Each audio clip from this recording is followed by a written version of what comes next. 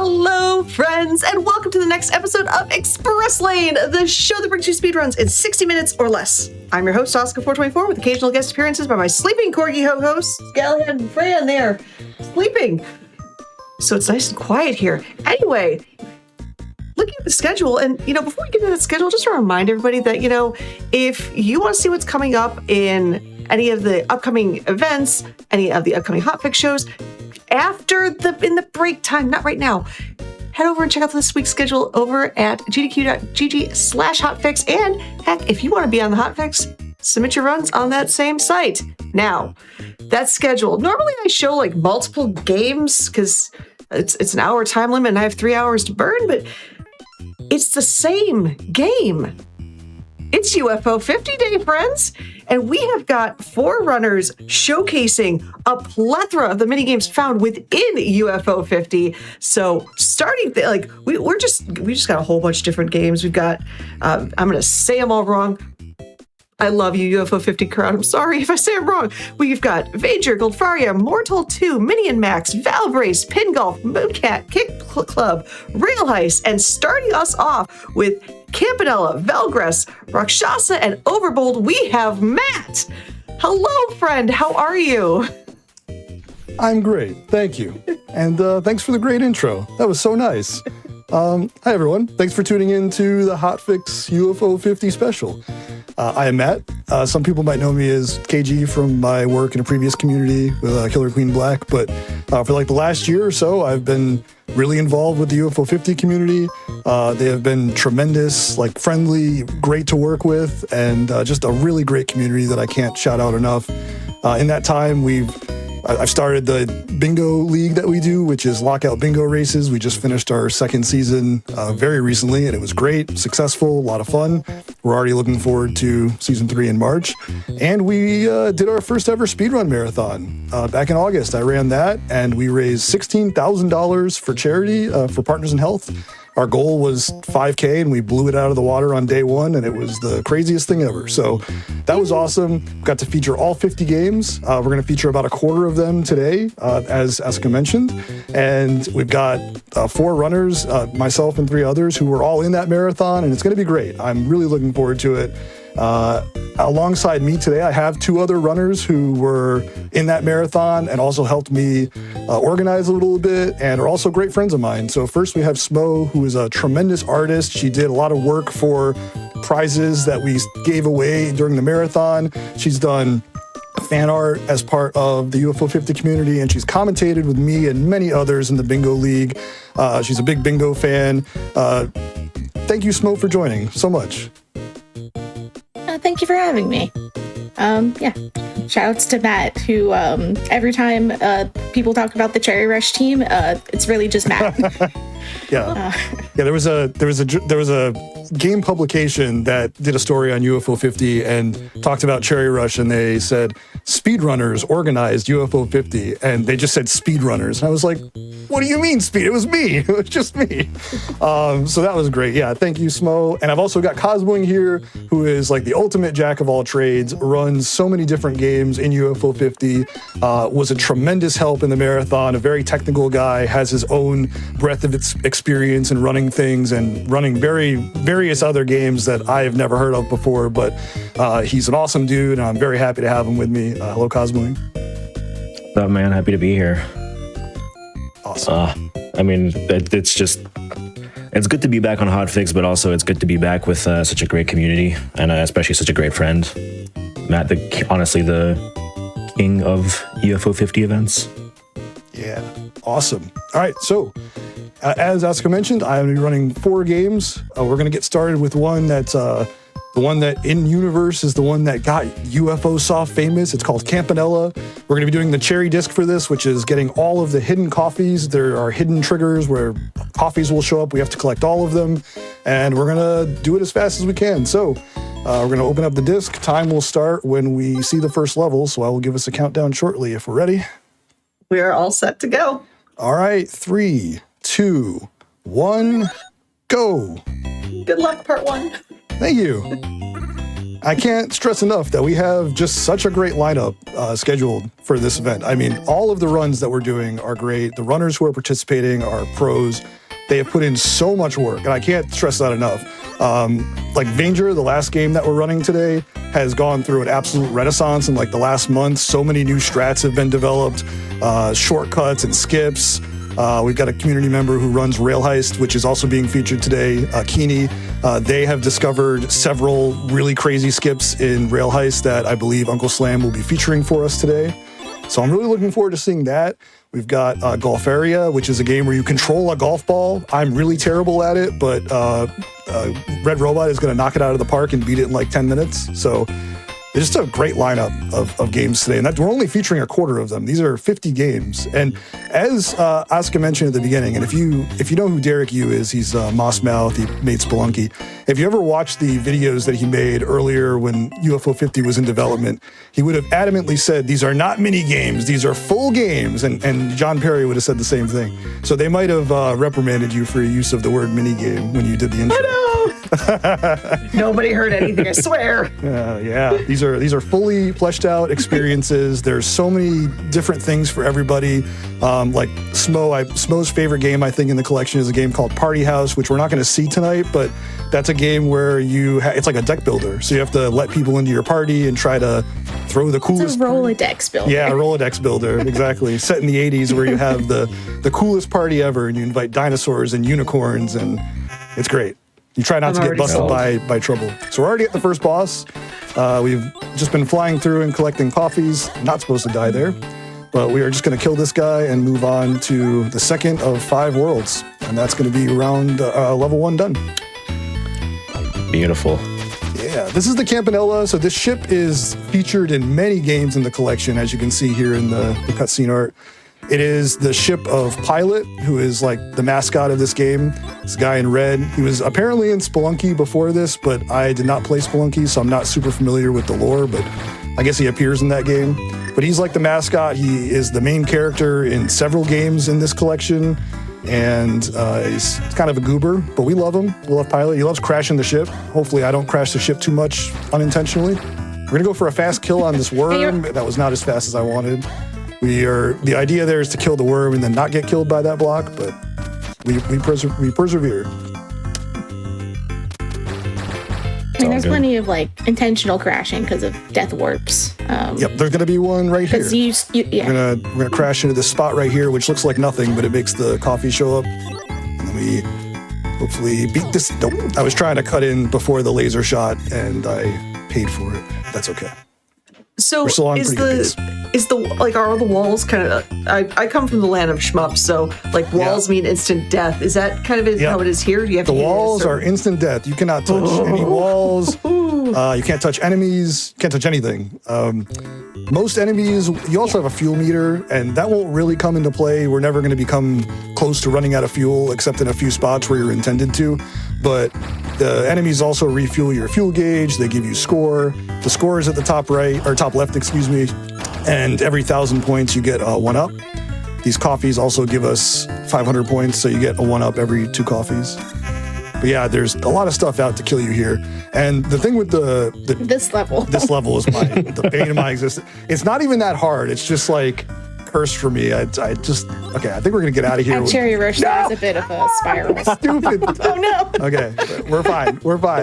That eyeball said, it's fine. You've gotten here without dying. Get out of here. Get out of here. Why'd you have to say it, man? That's a commentator curse right there. I'm sorry. I was grooving. We were good. Okay, that's actually even it was harder. locked in. But get ready for the most fearsome boss in the game. Oh, the hardest boss. It's a basketball hoop. Okay, real talk. I played basketball in high school, and I would consider this the hardest boss in the universe. My goodness. You want you to play basketball with spikes? I mean, I sometimes How about felt with like laser guns? No. Spoilers. It is so if the laser hits the ball, it just stops and falls straight down. It will also kill you if it hits you, but there is a way to sort of finagle the basketball to land right above the hoop and then have the eyes shoot it down and it goes straight down for you.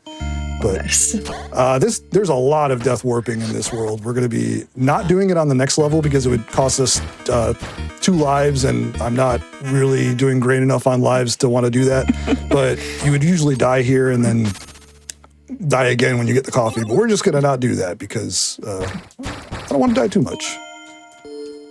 Yeah, it's worth mentioning, if we run out of lives, it's a full game over and we're going all the way back to stage 1. No saving. This is actually the longest game that I'll be playing in my segment. So this is about a 15-minute game. The world record is like 12, a high 12. So this is not a very long game, even though it's the longest one in our collection. So even though Express Lane is games under 60 minutes, every game that's being played of all the runs are all under 60 minutes. In fact, there's only like 3. There's actually very few UFO 50 games that are over an hour, I think, at this point. Yeah, there's like 3, I think. I should note for chat and viewers that are watching this, the way that we're doing the estimates today, because Matt said 15 minutes, the estimate says 50. That is for all 4 games that Matt is playing. With some time to explain them in between. Every segment is under an hour, which includes like 4 games except Uncle Slam's, which is just Vainger. But that's a whole experience in itself. So you get to experience Vainger as its own thing. We are going to death warp here because nobody got time for all that. That's the death warp. That's the death warp. Everyone knows that one. Everybody does that one. Nobody wants to go all the way back. We don't got time for that. Everyone. I've actually haven't beaten this game casually yet. But I have. But even you know the death warp. Yes. Smo is one of the most knowledgeable people in the UFO 50 community just by virtue of absorption, because you've been on so many bingo casts and such that you've just learned so much, I think. Yeah, I'm really good at watching and not. Oh, don't say that. So how would a bingo work with UFO 50? Are the tiles for the different games on there as well? Oh. Yeah.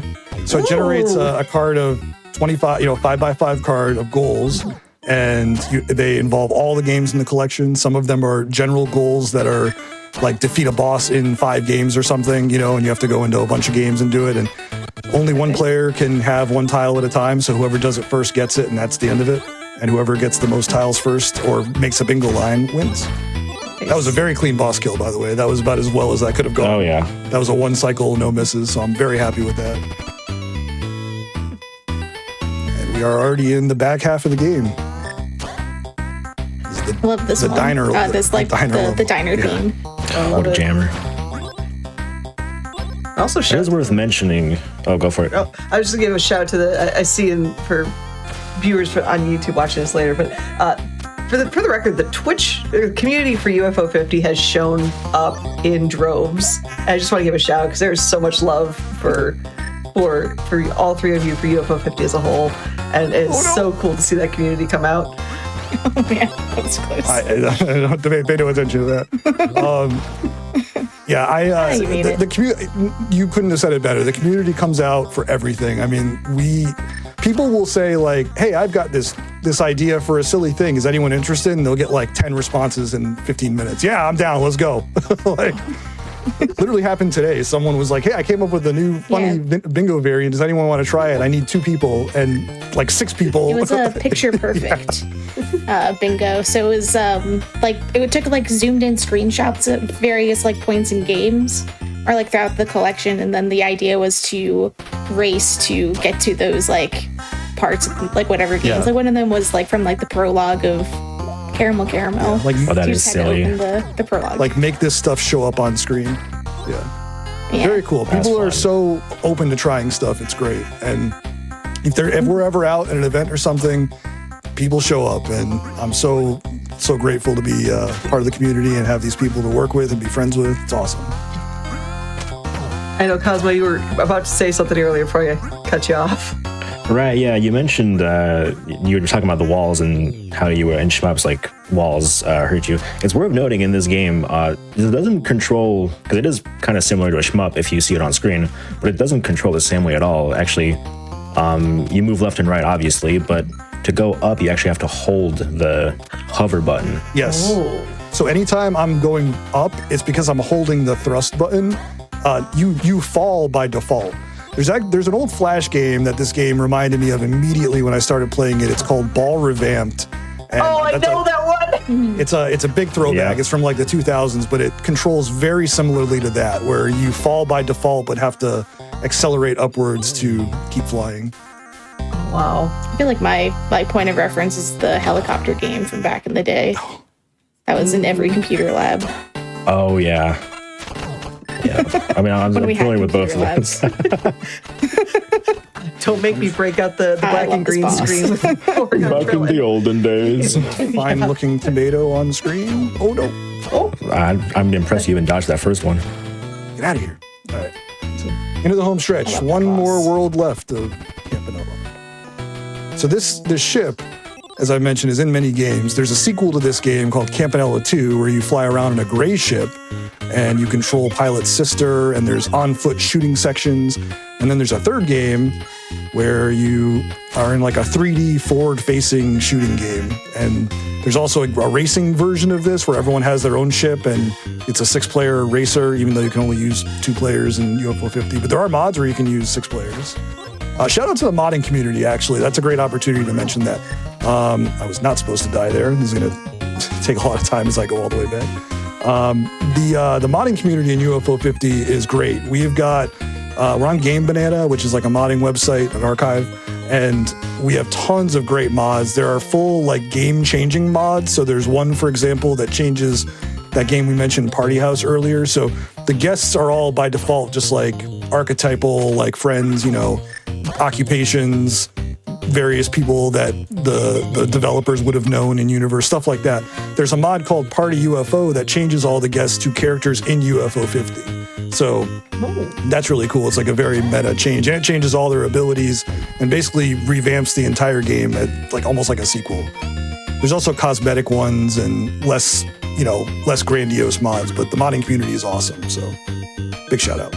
Yeah, shout out to Phil in particular. Yes. Shout out He's the one Phil. that he did the bulk of the work, I believe, on like the mod loader. So there's like a really easy to use and download like mod loader where you can like download a bunch of these mods at once, and he's put like a ton of work into getting that working and very smooth. Makes it much easier Making a for smooth people experience. to download mods and use them.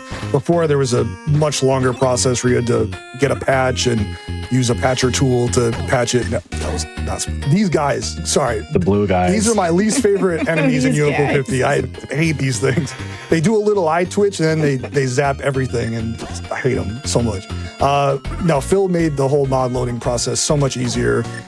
Gave us a tool where we can select a bunch of mods at once, made them all compatible with each other for the most part. I mean, it's very cool. So shout out to Phil, and did most of the initial archiving on Campanella. Very cool. We are coming up on the end of the game. This is the last real level. There's a hallway after this, and then the final boss. The final boss is extremely random and is pretty much the main reason that this game's world record is one of the longest standing records in the game. You have, like, most of the spike balls that she's going to throw at us are going to be red. We need blue ones to throw back at her to damage, and we need 5 of them. But the vast majority of spikes are going to be red. So it's not likely that we're going to get a super fast kill, but if you watch like the world record run, it does it in like 4 cycles, which is insane. So that's usually what happens. You just get a lot of reds. Yeah, this is Queen Zoo is her name. Oh no. And then Missed that one. happens. That's all right. About another one. Someone calculated this recently. It's, I think, after 9 red spike balls, you're guaranteed You're to get a blue guaranteed one after. before Oh, that. that's good. Oh my God. Okay, If well, only you didn't miss that If one. only I didn't look. If only I wasn't bad, then we would be done. But yeah. Oh my God! What the what? Whoa! That is the Overkill. craziest Twice in a row. Okay. Queen Zoo will not be showing up in the rest of the Campanella series I've now. never seen that Wow, before. she is dead. Okay. Yeah. So that's about it. Yeah. All right. That is Campanella. So we've finished that. Next, we're gonna play a game called Velgress. This is a game about a protagonist named Alpha. We're gonna escape a very deep pit by climbing up. Some people call this upwell in reference to like downwell, but instead you're climbing up. I'm gonna quickly, this is not the run, I just wanna quickly show you what we're doing. We are going to be climbing up as fast as possible. There are star blocks that make you go really fast and really high. We are not going to take those. So if I see one, I'll show you what it does because I'm not going to use it in the real run. And there's also a bird that's going to show up on the 12th sub-level of each floor. There he is. So this star is going to make us go super fast. We're not going to be using any of those in the game. We're going to collect these keys. We need 3 keys to get to the final level, and then we're going to fight the final boss. So that's what we're going to do. But we're not taking any keys or any star blocks. We're just going to go for it. Here we go. If we're lucky, we'll get this done in one try, but you never know. We're also going to try to get exactly 15 coins as quickly as possible because we want to purchase a gun upgrade, which will help us kill the final boss more quickly because that is the longest, the most time-sinky thing in this whole game is killing the final boss. Now, are these clouds random? The whole, this is a procedurally generated game, so everything is unseen until you get there. There are certain configurations that happen naturally, so you're more likely to, if I see a certain configuration, then I know what's going to be happening after that for a very short period of time. But then after that, it's random. Like if I see a certain, that's bad, a certain setup, then I know we're going to get like 4 of these light bars in a row, but.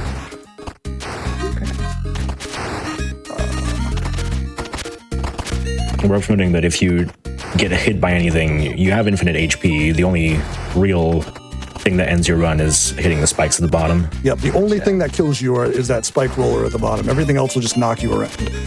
The best item in the game, from a casual perspective, like just to complete the game perspective, is this the heart. It's called Recovery, and it drastically reduces the amount of time that you're stunned. So that heart there, for example, I'm just showing that. Very, very good item. By far, like the best item. Okay, that's not good. But in a speedrun context, you really only care about the gun. That squid will last forever unless you scroll the screen up. Okay, this is a really terrible generation that we're getting. This level alone is like the reason that so much running in this game is not consistent. Okay, we're gonna go that way. All right. This is a very enemy-forward level, so it's all about getting the right bounces, but obviously enemies are moving everywhere. There are times in this level where... Okay. There are times in this level... I'm going to jump on the star block. You actually can jump on a star block and not use it by running off to the very edge of it and like coyote jumping off of it, but don't want to have to do that. Okay, final level. Demon Princess Charkis is coming up. We have a gun on the ground right now. Just throwing it. We have a gun, so this is going to make the fight go much quicker than if we had no gun. So that's why we get the gun. Oh. This is, by the way, by far my most played game in the collection. I have like, on my main profile, I have 130 hours in this game. Oh, wow. I currently have the world record in every category. A 3-minute game. Yeah. And I did not run it in the marathon back in August, so I'm happy to be running it in some kind of event. Oh, yeah. Okay, so. There goes Charkis. Charkis is dead. See you later. We are going to hopefully get out of here and not flub the final jump. All right. Yeah. Done with that. First try. Whoa, you actually did it. Wow, you actually did it. What? Yeah, no stutter. If you don't, no stutter. If you go, thank God. If you get out of if you don't collect all 3 keys, you can beat the game without ever fighting the final boss. And then you get to this end screen, and there's this big eye in the background, and it's like, you've escaped, but Charkis still remains. It's like telling you that you didn't get the real ending, you know? Oh my gosh. That's Velgress. Also, chat is losing their minds right now for that. Like, that was absolutely wild. That was a particularly unfriendly level 3, honestly. We're going to slow it down. We're going to, as Smo said, we're going to go for a brisk walk with our friend Jangi in this game called Rakshasa. Yeah, my good friend Jangi. I love this guy. This is a full circle moment for me because when we did the marathon, I was the backup runner for this, and then finally, we had a runner named Burst Error who is awesome and runs Castlevania, and you should go check him out. He ran this game in the marathon, making it so I did not have to. But at the same time, I was like, I really like this game, and I would like to run it. So I'm happy I get to do it here. We're going to do the cherry completion of this game, too, or we're going to try to, which means we need 50,000 points by the end of the game, which means we're going to collect as much gold as we can throughout the run. This little green guy is going to protect us from one hit, but if we get hit, and we don't have the green guy, then we have to play a mini game. And boy, do I not want to play the mini game. So you saw it at the beginning. It was just one enemy that you had to dodge and get a ring. But as you get more skulls in the top left, there are more enemies and more rings. And boy, am I bad at it. So I really hope we don't have to do that. So we're just going to try to not get it won't happen. Yeah, sure. Ideally, we will not get any further mini games. We will not get hit anymore. I mean, I doubt I'll get unhit the entire time. But if we do, there are some more green guys we can pick up. This would be a green guy, but we already have one. So it gives us a gauntlet for 1,000 points. There is a loot table system in this game where you can accurately know exactly what every enemy is going to drop all the time, but I don't have it memorized, so we're just gonna do this on the seat of our pants. I mean, it's typically like if you have one skull, the flies always give you the 3 frogs, which is 1,000 each. That one's easy to remember because it's little frogs that pop out. And actually, question for everyone here in chat, you as well. What is your favorite UFO 50 game? While people I'll answer, let Matt go first. Well, while people answer, I can tell you that we had a community member, Dr. Mad Hatton, who ran a weekly survey every week for 52 weeks and got the statistical numbers, the data, to tell us what everyone's favorite games were. So we kind of know what most players' favorite games are, which is kind of cool. Like Party House is at the top. Party House. Yeah, Party House was number 1 for most, I think all 52 weeks. The people love Party House. Night Manor is up. Minnie and Max was top. Minnie and Max, Night Manor are all games. You're going to see Minnie and Max today. Man, get ready for Minnie and Max, guys. That is such a cool That's going to be so good. Oh my God. Are we using the newest version of it? Yeah, well, half and half. There's going to be, in the last week, not to spoil. Red Robot has figured some stuff out in this game, so get ready. No! Okay, that's fine, actually. There's a green guy. We lost our green guy. The white flag! Yeah, it's very cute. Also, if you're I surrender. eagle-eyed observer, might have noticed that the bat guy is the same enemy that was just in Velgress. The last game that we played, the first stage had those guys as enemies, and now they're your friends. Yay. Okay. We're actually on great pace for score. I'm not concerned about that at all, which is great. Those 3 frogs that we got help a lot.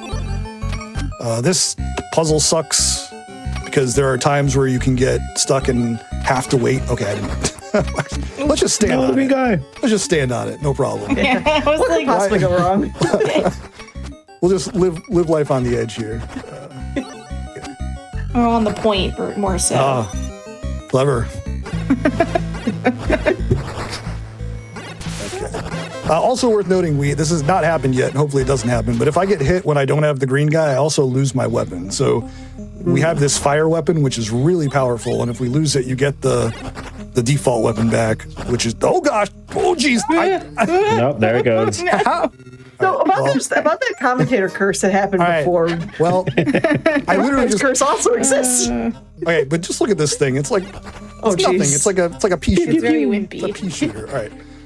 There is a weapon pickup right here that we're gonna get to get that back, and there's a green guy coming. And up. that is probably one of the most convenient places to die. You want to see the cloud? We'll show off the cloud. Hi, Cloud. And again, it'll give us Hangy Cloud.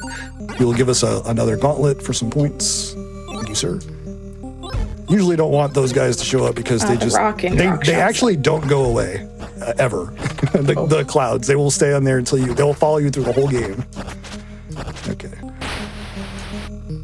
Yeah, we are on great pace for score. We're gonna get another bell here to reset our skulls to 0 again, so we don't have that pesky skull hanging around. The main reason I would like to not have a skull is because there's a waterfall coming up, and if you have no skulls, then there are no fish. If you have any skulls, there are fish that can pop out randomly and start flying at you like in Mario, and I would prefer not to see any fish. Fair. Well, you don't want to play through the game with 14 skulls? No, I don't. I actually don't.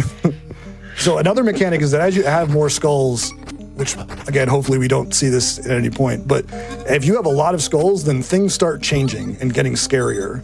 There are those flies that you saw earlier. If you have too many skulls, they become a different color and go really fast, and they're even worse than they currently are, which are already pretty bad.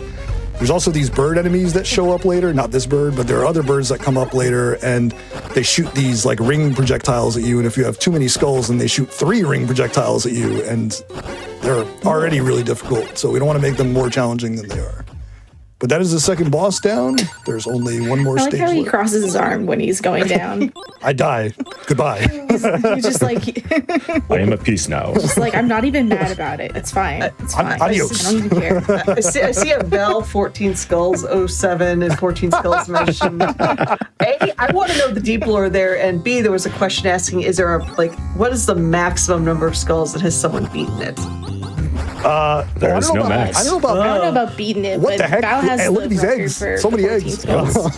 Val is the world record holder, to our knowledge, of having the most skulls at any time. I don't know that he beat the game with it, but he had 14 skulls. He didn't beat the game. He just got the 14 skulls. I could not tell you what the world record a is feat in for itself. number of skulls to beat the game with. I don't know what the answer to that is, but as to our knowledge, 14 is the most that has been had at any point. And it's really hard because you have to win that mini game 13 times in a row, and the number of enemies just keeps growing, and it's very challenging and also very random. I think it levels out after a certain point. It does, yeah. The maximum number is 15. It is crazy. It's 15, but you have to just keep winning over and over again with the RNG purple guys. No, not the purple but I think guys. once you get to 6 skulls, I don't think the mini game gets any harder. No, you're right.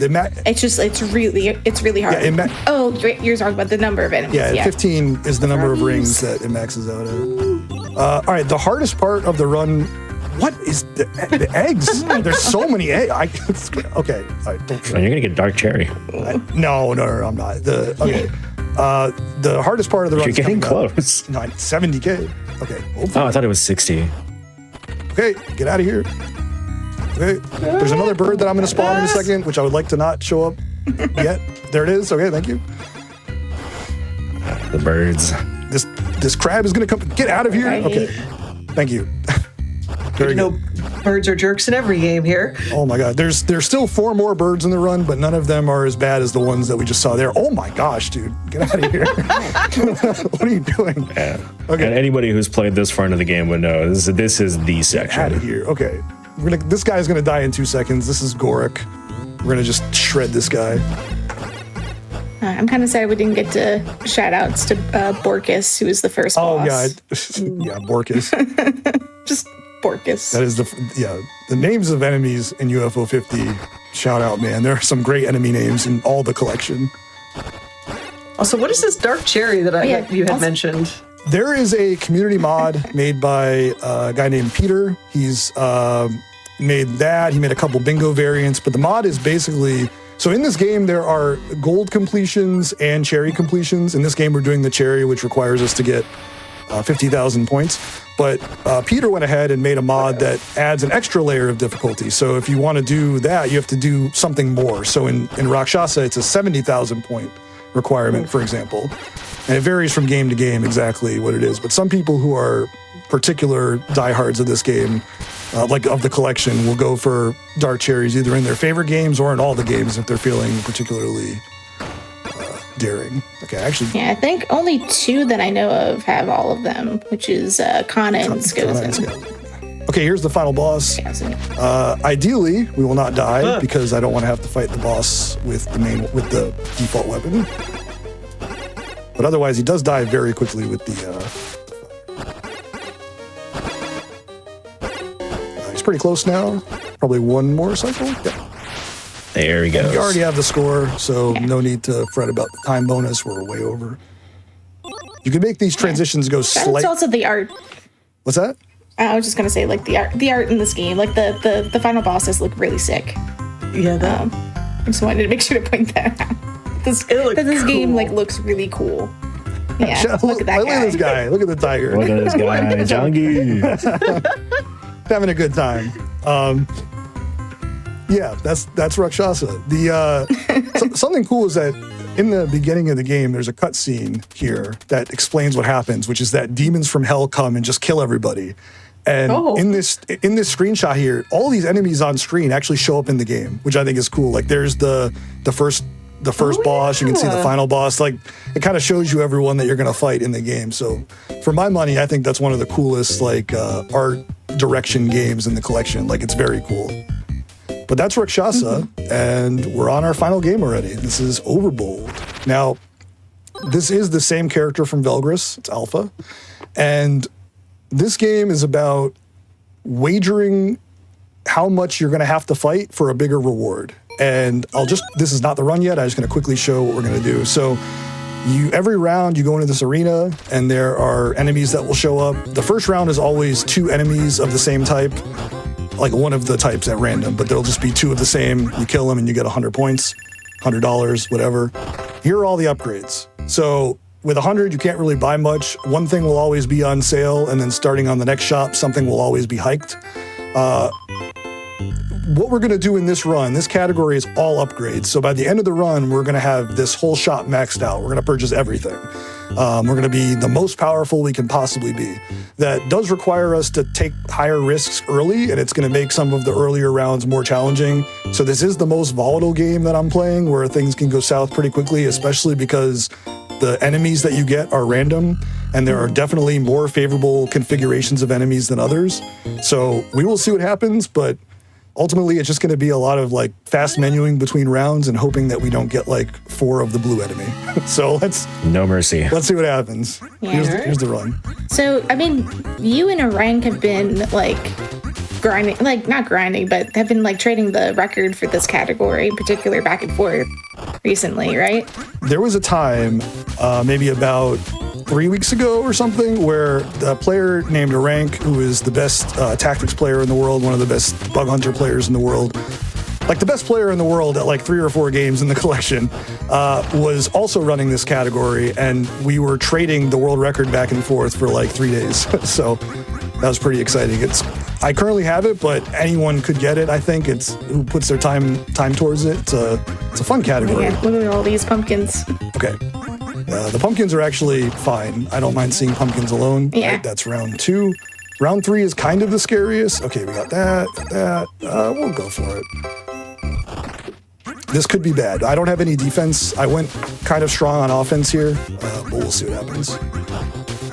We just don't want to get shot by those things. Yeah, that would be the worst. Oh my God. Oh my God. No mercy, no mercy. Oh, please don't shoot me. No mercy. The thing is, they can just point blank shoot you, and you can't do anything about it. Oh my gosh. Okay.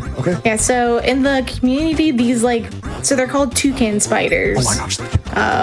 They're like little blue guys that shoot things. They're the bane of my existence. I am always having to fight. There's especially when you're playing bingo, so you're trying to beat these games fast. Someone made a video of what this game feels like to play, and it was just 12 of the toucan spiders with the Toho bullet, bullet hell spread. Yeah, it feels like that. Okay, thankfully that is about as difficult as this is going to get.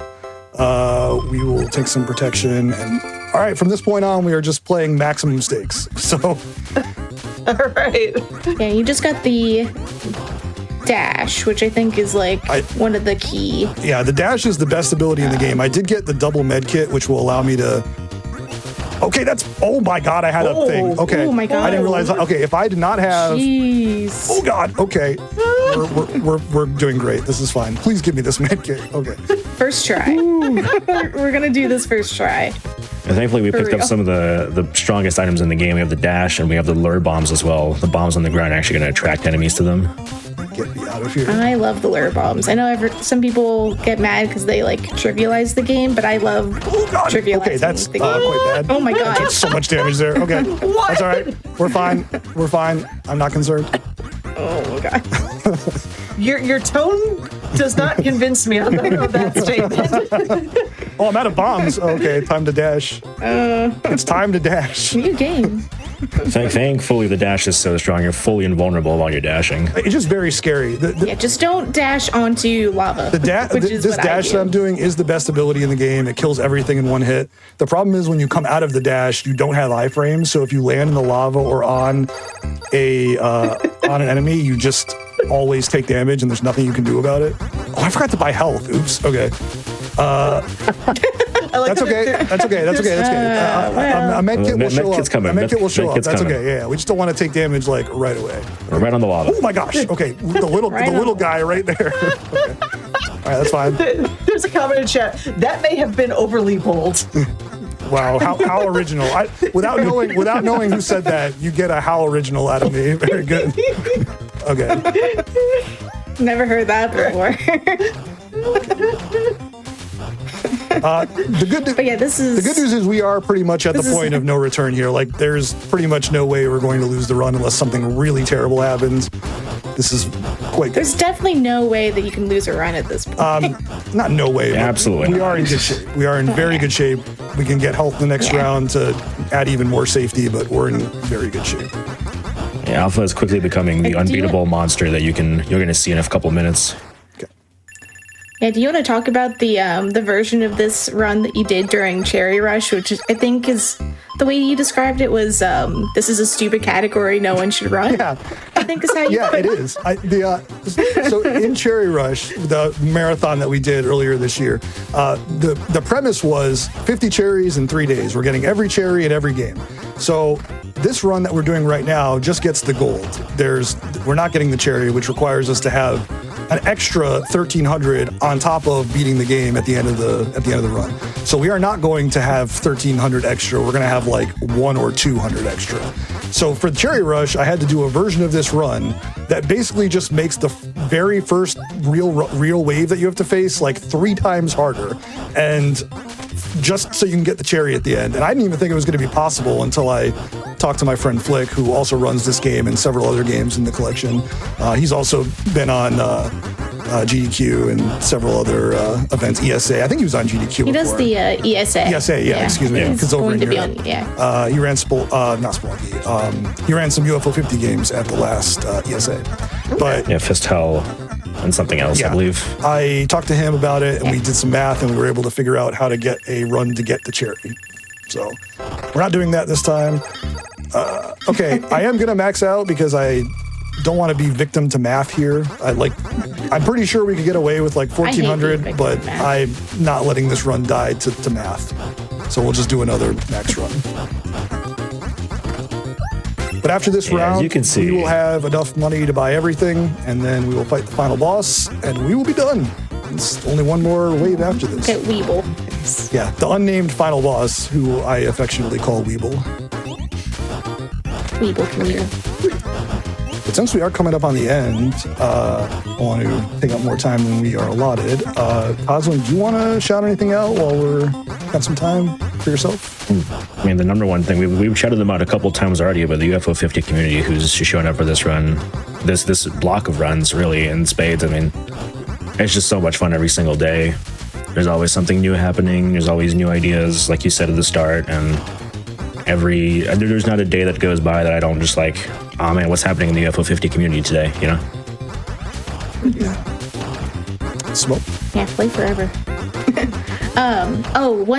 One person I definitely really want to shout out.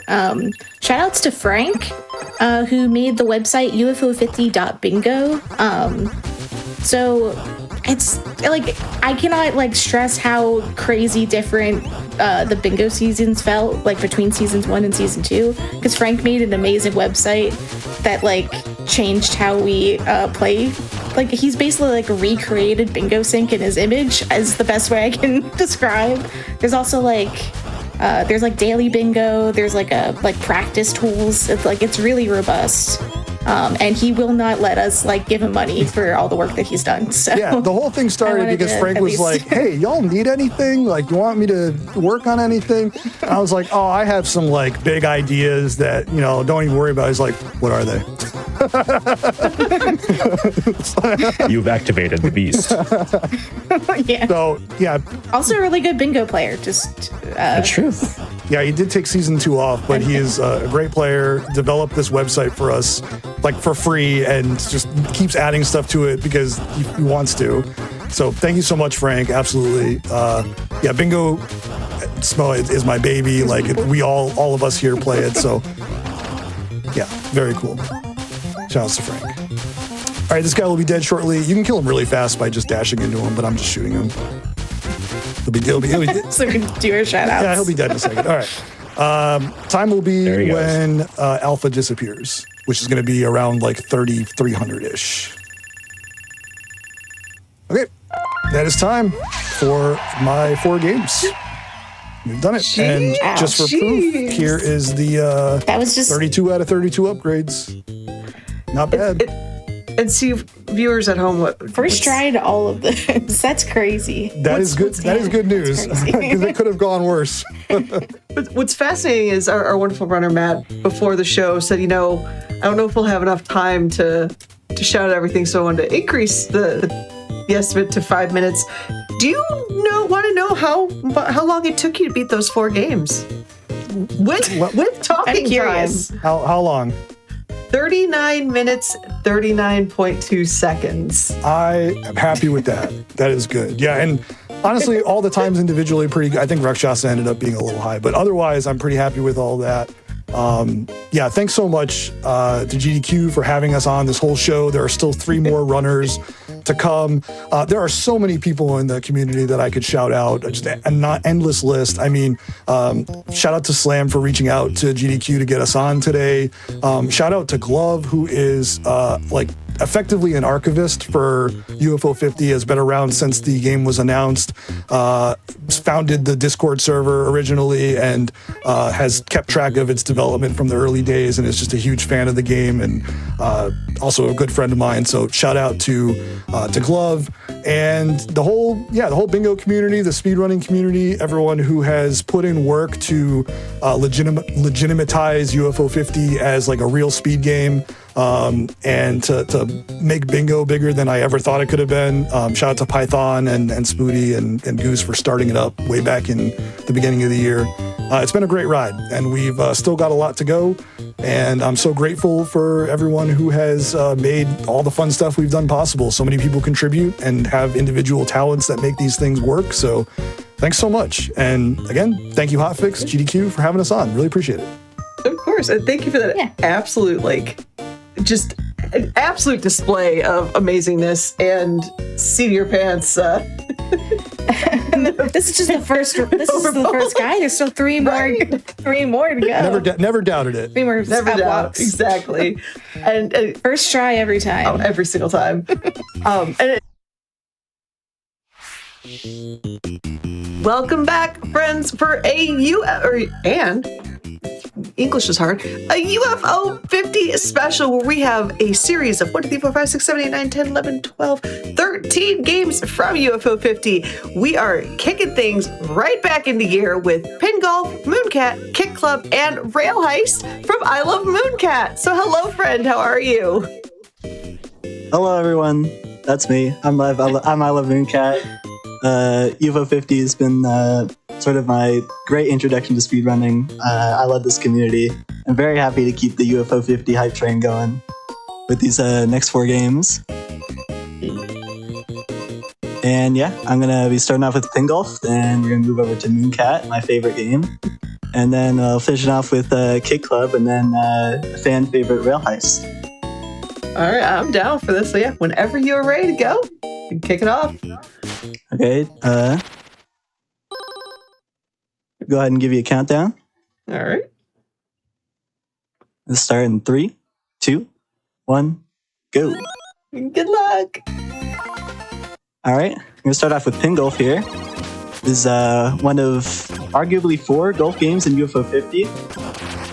This is a very fast-paced game, and it's a lot of fun to just pick up and just keep throwing attempts at over and over. Main gimmick with this game is that after you use your stroke, you can press the dunk ball button to dunk the ball in the air, kind of like a flipper on like a pinball machine. And if you time it right, you can use those to get a lot of speed off the slopes, and you're going to see me doing a lot of that throughout the run. You'll also notice I'm not going for any hole-in-ones, just because if you do get one, there's a big fanfare, and it takes like 7 seconds to play out the animation for that. So we're just going to try to go for hole-in-twos in every hole. And for this hole, just got a specific setup on this platform to try to get one of those dunks. All right, wasn't quite it, but still got a nice par, I guess. It counts. All right, for this hole, we're going to go up and over, and then we're going to do the exact same thing again to try to get a dunk on this. All right. Oh, this is still a nice spot to be. I got slowed down by the projectile instead of getting a nice bounce. That's unfortunate. Now just gonna skid across the water and then actually intentionally slow down so we don't bonk our head after getting that dunk.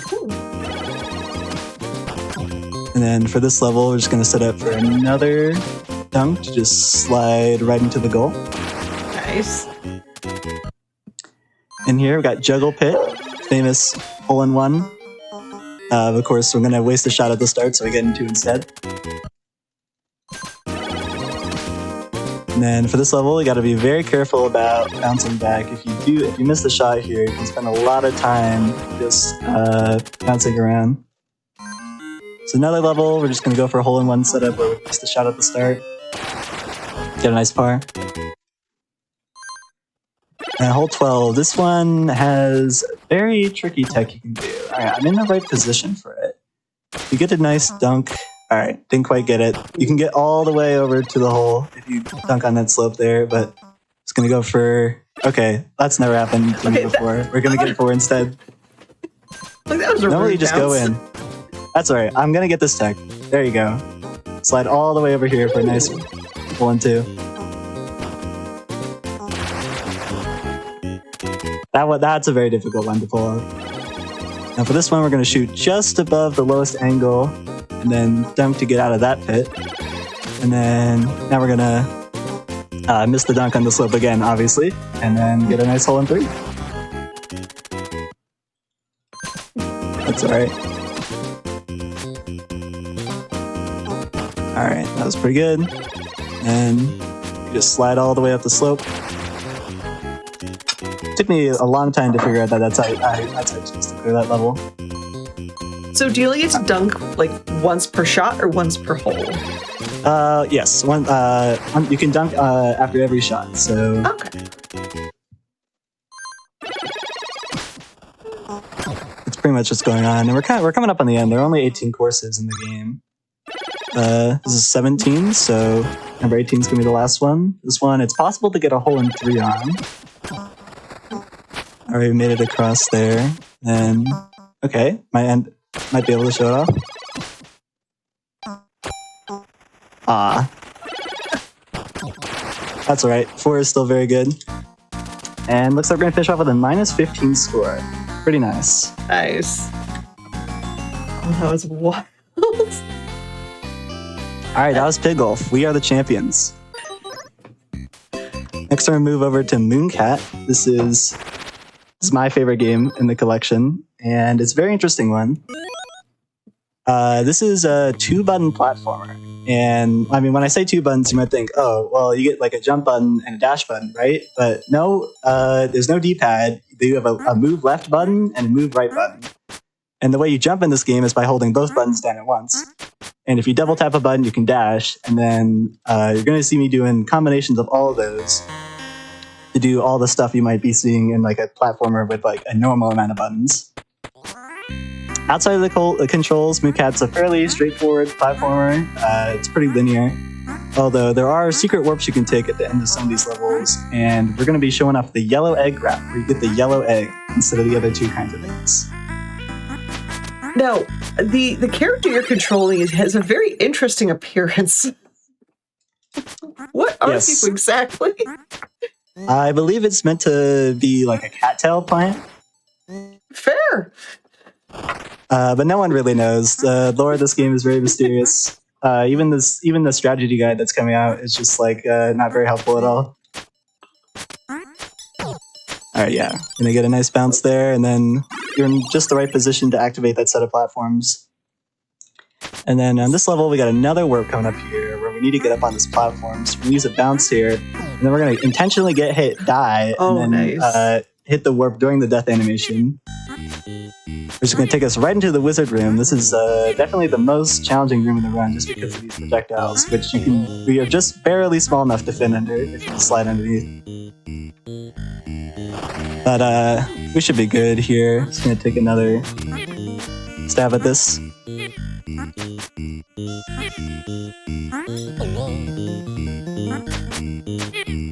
All right, there we go. We should be able to just play a little bit safer. All right. Now we're gonna make it into the water. Now we have our one and only water room. This is a pretty relaxing part of the run. Controls are much more limited in the water room, so it's just all about preserving your momentum and try not to get hit by all these spikes.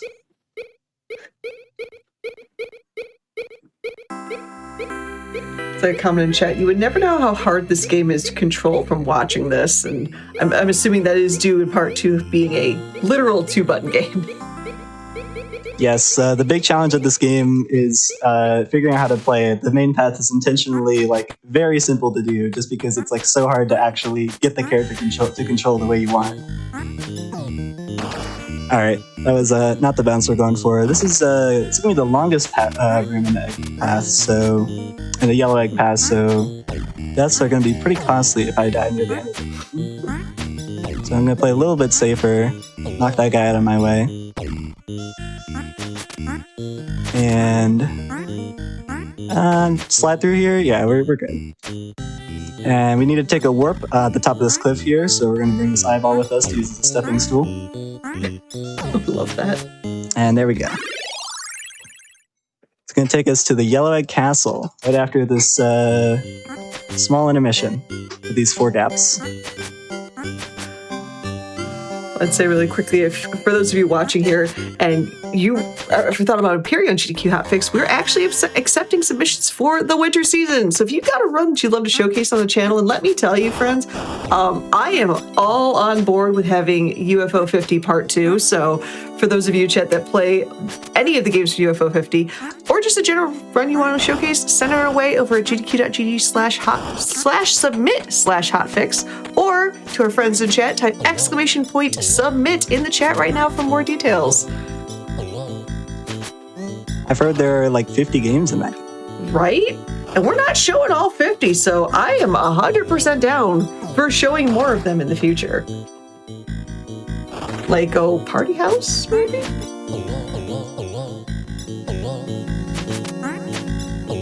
All right, we're coming up on the end of the castle here. I'm having a little bit of trouble with this room, so probably I'm not going to take the risky route. I guess I'm just going to hit all the bounce pads instead. And then immediately after this, we're going to come up on the boss. There we go. Nice. Boss of the Yellow Egg Path, classic ghost that splits into 2. This boss doesn't have any RNG, so I'm going to try to go for a pre-planned set of ground pounds. Alright, that's not part of the plan. Okay. Oh no. Take 2.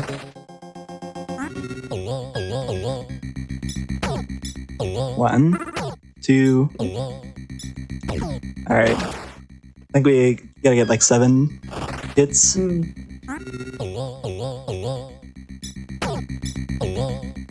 This boss is very notoriously difficult to pull off. It's like it knows.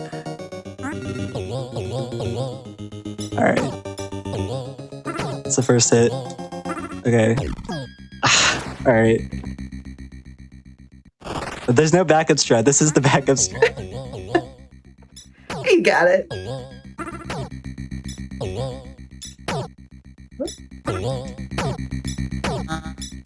Okay. This should be good. We got it. Nice. That's Mooncat. There's the infamous yellow egg. What? Alright, now I'm going to move straight into Kick Club. In this game, all the sports are fighting, and it's our job to prove that soccer is the best sport. This is yet another platformer in UFO 50. This one's arcade style, so just one room at a time. Goal is just to clear all the enemies in every room. And without the soccer ball, you're very vulnerable, but our goal is pretty much in every level to reach the soccer ball as fast as possible, and then maneuver in such a way that we can get as many hits as possible, as quickly as possible. And they get into our little corner in the top right. It's definitely one of the definitely one of the more complicated platformers in the game, just because of the way the soccer ball works. There are like a bunch of different ways bunch of different angles you can kick the ball depending on how you're holding the control stick. We also got like charge shots, as you can see here, and then you can like slide kick the ball. And a lot of the run is just going to be kicking the ball in such a way that it slows down and like pretty much stops back at your feet, because you can only pick up the ball again once it slows down. As you can see, if it's stuck in like a corner like this, I needed to get the ball to slow down to pick it up again.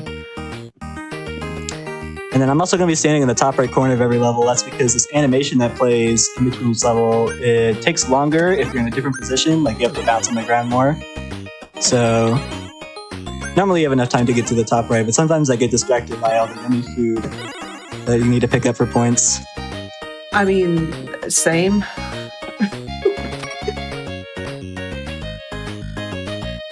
Easily distracted. So we got 10 levels in each world. Coming up on the end of Racket World here. It's a pretty straightforward world, but did take a death. Not too worried about deaths, but this game is very stingy on lives. You only get like 7 hits you can take, and then like it's just a game over. There are no continues. So if I do end up taking some extra hits, I'll probably go for some safer strats, but hopefully we don't have to worry about that. For this level, gonna have the ball go right back to us and then do this long range kick. Ooh, we know nice. it's going to go exactly where that's going to go. Now we're coming up on the World 1 boss. Bosses in this game most of them take 5 hits. Usually pretty straightforward. A lot of the bosses have some pretty annoying RNG patterns you can get. That was pretty nice though. That looks clean.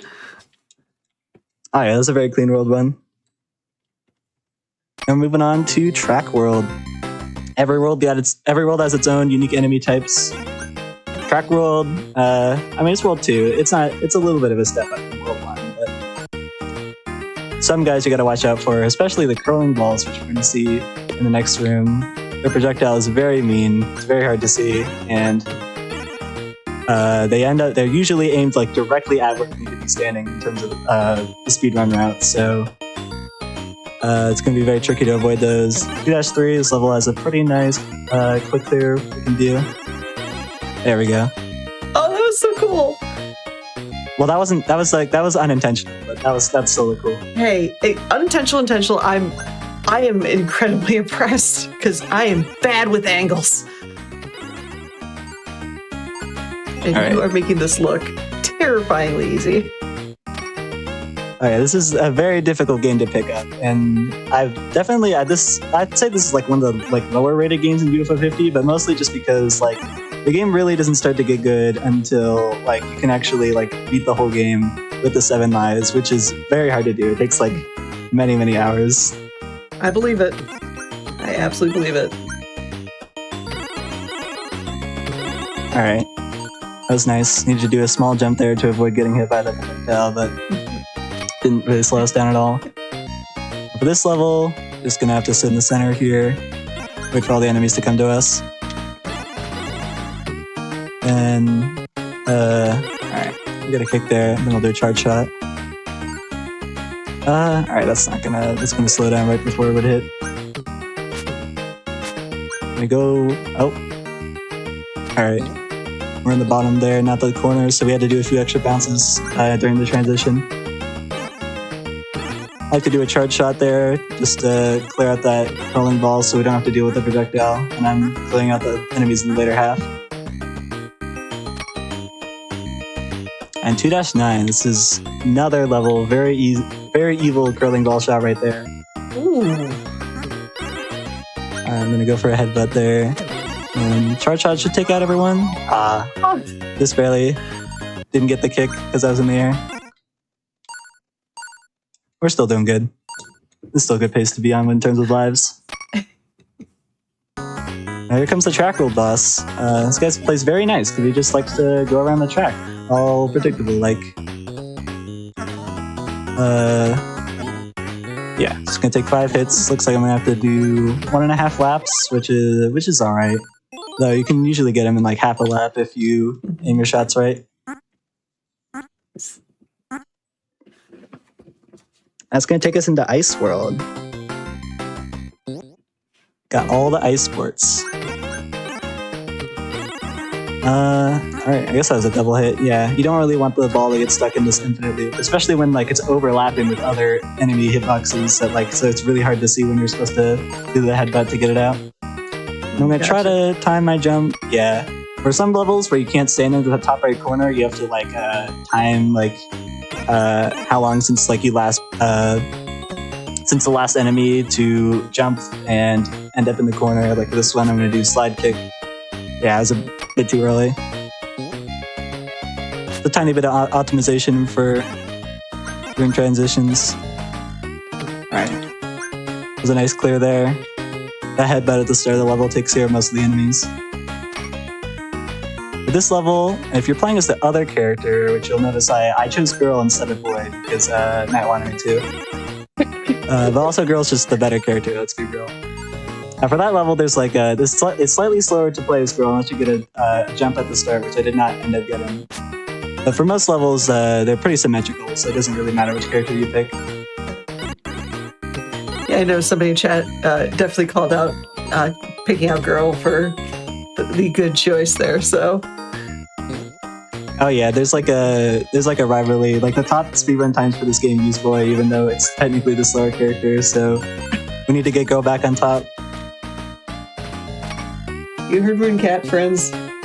Mission provided? This is true. New objective. Yeah, there we go. New objective. My brain did not want a brain right there. I'm just, like I said, just all of these games and just watching all of you absolutely crush them. My brain is already jelly, and we're not even an hour into this episode, so y'all are amazing. I think I've got, yeah, this is the last level, or last main level.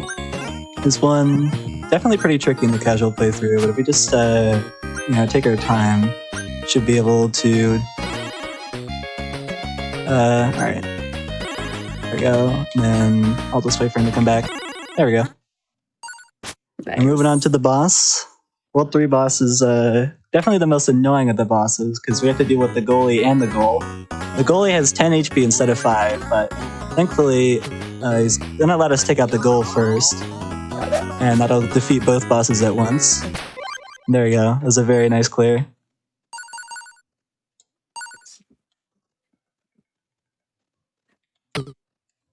It's gonna take us right into USA World, the final world of Pingolf. I feel like there's foreshadowing in chat. I sure hope no ball types with unpredictable bounces show up at any point. So about that football. Oh yeah, it's 4-1. This is the most evil level in the game. These guys have like a homing projectile, and you need to clear them immediately, or they will all shoot at once and take all your lives. Oh god.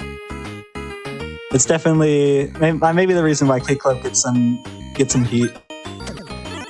And also got the basketballs, which are definitely the most scary static enemy in the game because they just move so fast. It's very hard to predict where they're going to end up if you're not paying attention, at least. Thankfully, once you get past the first 2 levels, the rest of USA World shouldn't be too bad. Okay. And I got distracted by the food, but I have enough time to go back. Baseball is a very interesting enemy. They only move whenever you're holding the balls, so I'm just going to wait for them to come to me so I can take them all out at once and not have to wait for the ball to bounce around and such. And I think I got that. Alright, I wasn't quite high enough. That level's a tricky one to get the quick transition on.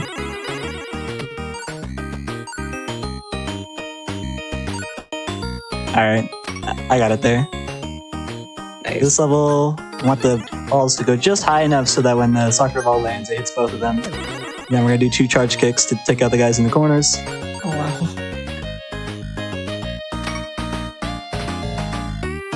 And for this one, just gonna get hit because that's the strat you're supposed to do. Of course. It totally That's okay. We have plenty of lives for the end of the run here.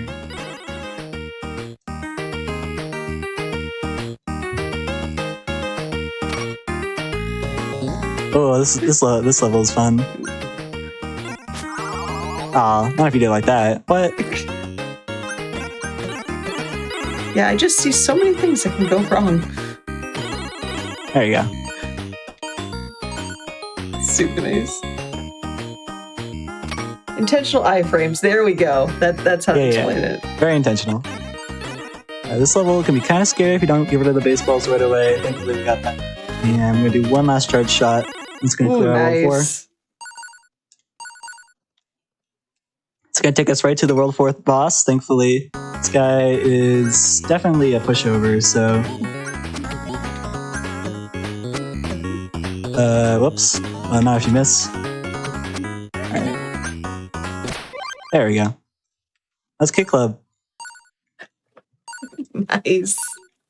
Just gonna wait for the game to give me the cherry disc. Let's stop fighting. We can enjoy all sports together. Alright, that's gonna take us into our last game. Definitely, I would say, the most technical game in UFO 50. There's so much routing that goes into this. It's Rail Heist. This game is another platformer. Basically, the goal is we're trying to steal money from a train. That's why it's called Rail Heist.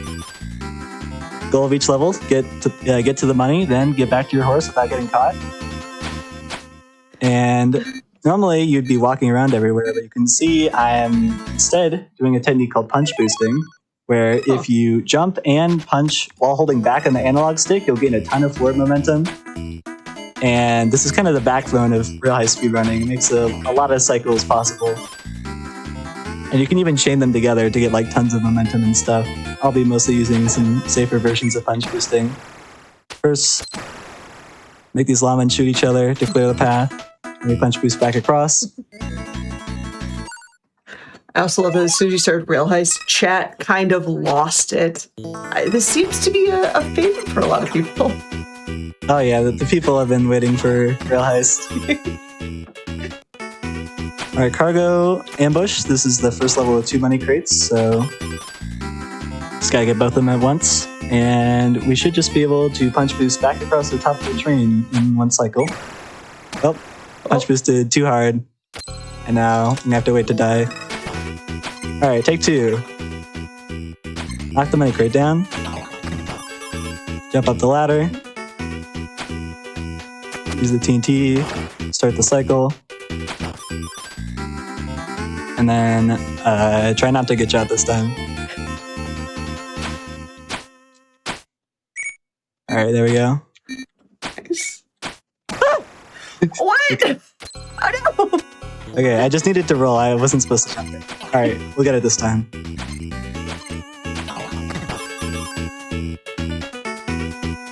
We're giving viewers just a little bit extra Rail Heist. Good love.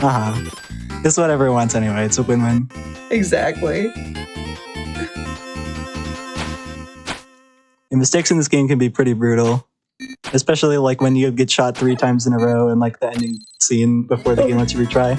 Oh no. You notice I also got an extra kill there. That's because if you beat a level without killing any lawmen, you get an angel star on the title screen. And that wastes time to do. So we're going to try to get extra kills whenever it's convenient. And for this level, hopefully get the money and then punch boost back out of this train car. Yeah, just like that, so we don't get spotted when the lawman becomes active again. And then the rest of this level should be pretty straightforward.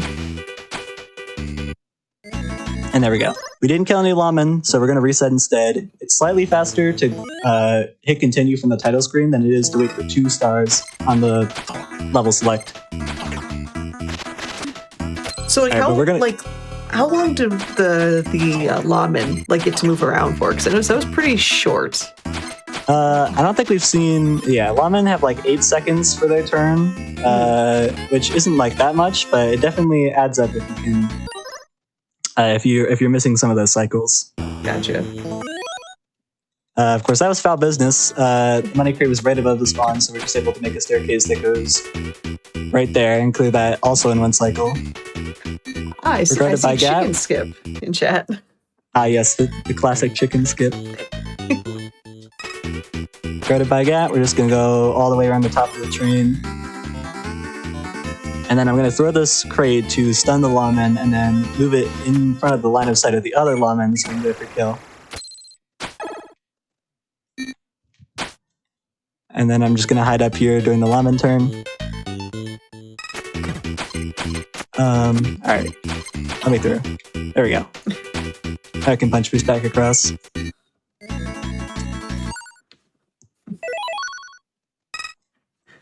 This next level, Shifting Gears, is going to introduce us to the gear door. Normally you would want to hit a switch to open the way to that room. Instead, we're going to take a different path where we're going to take this Gatling gun with us, line it up here. Then we're going to break this block. We're going to use the first bullet to kill a lawman and the next two to create an escape path. That's going to let us grab the money and escape before the lawman get a single turn.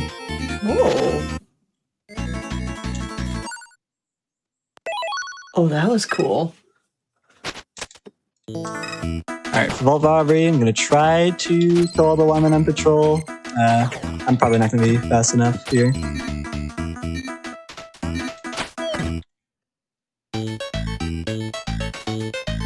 So we're just going to have to wait it out. Alright, once all the lawmen on patrol are dead, the timer stops, so we have plenty of time to open the switch and go grab the money on this level. Of course, there are still lawmen on the right side of the train, but we won't be seeing them, because we'll instead be doing a special technique called a zip. The way Rail Heist and a lot of other games in UFO 50 work is it doesn't like it when you're standing inside of blocks, and the way Rail Heist deals with that is that it tries to move you to the right until it finds the first open spot, and that's at the end of the level, so... Oh! We're going to be skipping a lot of Rail Heist using zips. Love it. Our winging is pretty straightforward. Money crate is just within our reach. If you hit it. This one definitely struggled a lot when I first started running this game. But there we go. And we're going to reset here. Skip waiting for both stars. Going to take us to Daring Duo. This is the first level where we have two controllable characters. And going to set up to do a clip into a zip, which are two different types of movement tech. Using these barrels. Well, I'm just going to wait an extra cycle here. Fair. Alright, so then we're going to try to stand up while inside that barrel, which is going to push us down and lets us get into the money crate room. And we still did not get detected at all. Lawmen are clueless. Then we're going to move the barrel and then turn this into a zip setup so we can get through this wall. Oh! Oh, that's cool. And that was the halfway mark. That was so cool. Alright, root around. This is a very fun level. The money crates are hidden inside barrels, but of course we're speedrunners, so we know where the barrels are, so we're just going to go straight for them. And we're in a very specific position to have those lawmen not bother us, and then also to line up those lawmen to shoot each other so we get the free kill and not have to wait for the second star on the title screen. That leads to a very fast clear. Alright, Cowpoke. This is a very beginner-friendly level here. Money crate is right at the start, and we're going to waste both of our bullets to get into the room. And then, as you can see, there's a cow on the right side of the level, but we're not going to be seeing the cow just yet. We're instead going to do a different kind of zip setup, where first we're going to block the hole in between the train cars, and then we're going to just try to climb the ladder. What? And that's enough to push you into the block, and since we blocked the hole between the train cars, the next available spot was all the way on the right side of the level. Wow. That was awesome. That's not all. It's going to move us right into this other zip setup. All we did was move that barrel over half a tile and then knock the switch down, and that's like the perfect setup to just do another zip here. What? But of course, this is a rescue mission, so we also have to get Brand out too. I was just going to use the exact same setup. And I cleared that level in 11 seconds. Oh my god. Our long haul, is a very long level, just like the title would suggest. And try to do a zip there. And now normally you would fall between the train cars because like you're just slightly below the platform, but you can use the coyote frames to do a jump and save yourself. Which is going to let us be over here. And once again, trick the lawmen into shooting each other. And then we should just be free to slowly make our way back.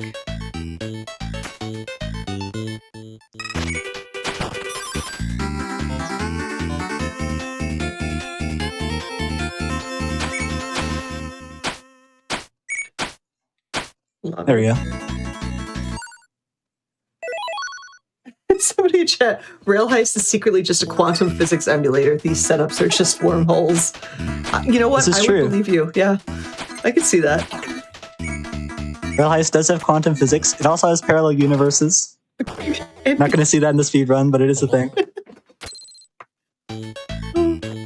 Anyway, for resupply here, did a very precise throw of that TNT to clear all the lawmen and make it very easy for us to grab all the ammo we need.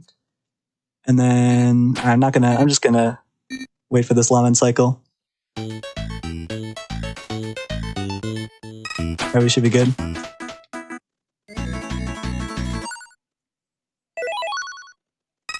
All right, now we're coming up on some pretty tricky levels, starting with Armored Up. This is a very scary level. It's very restrictive in how the game wants you to complete it, and there's a very precise trick like right at the end of the level, so hopefully this doesn't take me too many tries.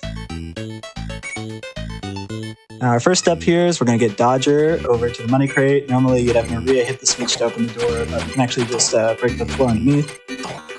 Go ahead and get it on our first turn. This creates the issue that it's not possible to get back out because you'd hit your head on those gears trying to jump out. But first, before we deal with that, I'm going to use the Exploding Bullet power-up because there are power-ups in this game to create a path for Dodger. Then we're going to do a technique called a roll jump, where if you do a precise set of inputs, which I didn't pull off. That's all right. We'll get back to that. We'll do take two.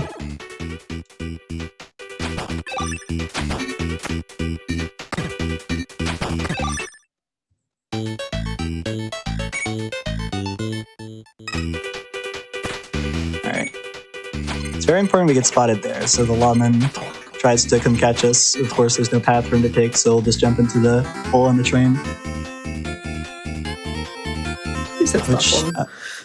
Yeah, I think we're gonna get to see it.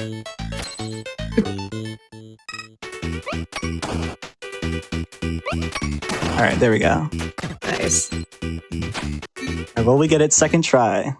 There we go.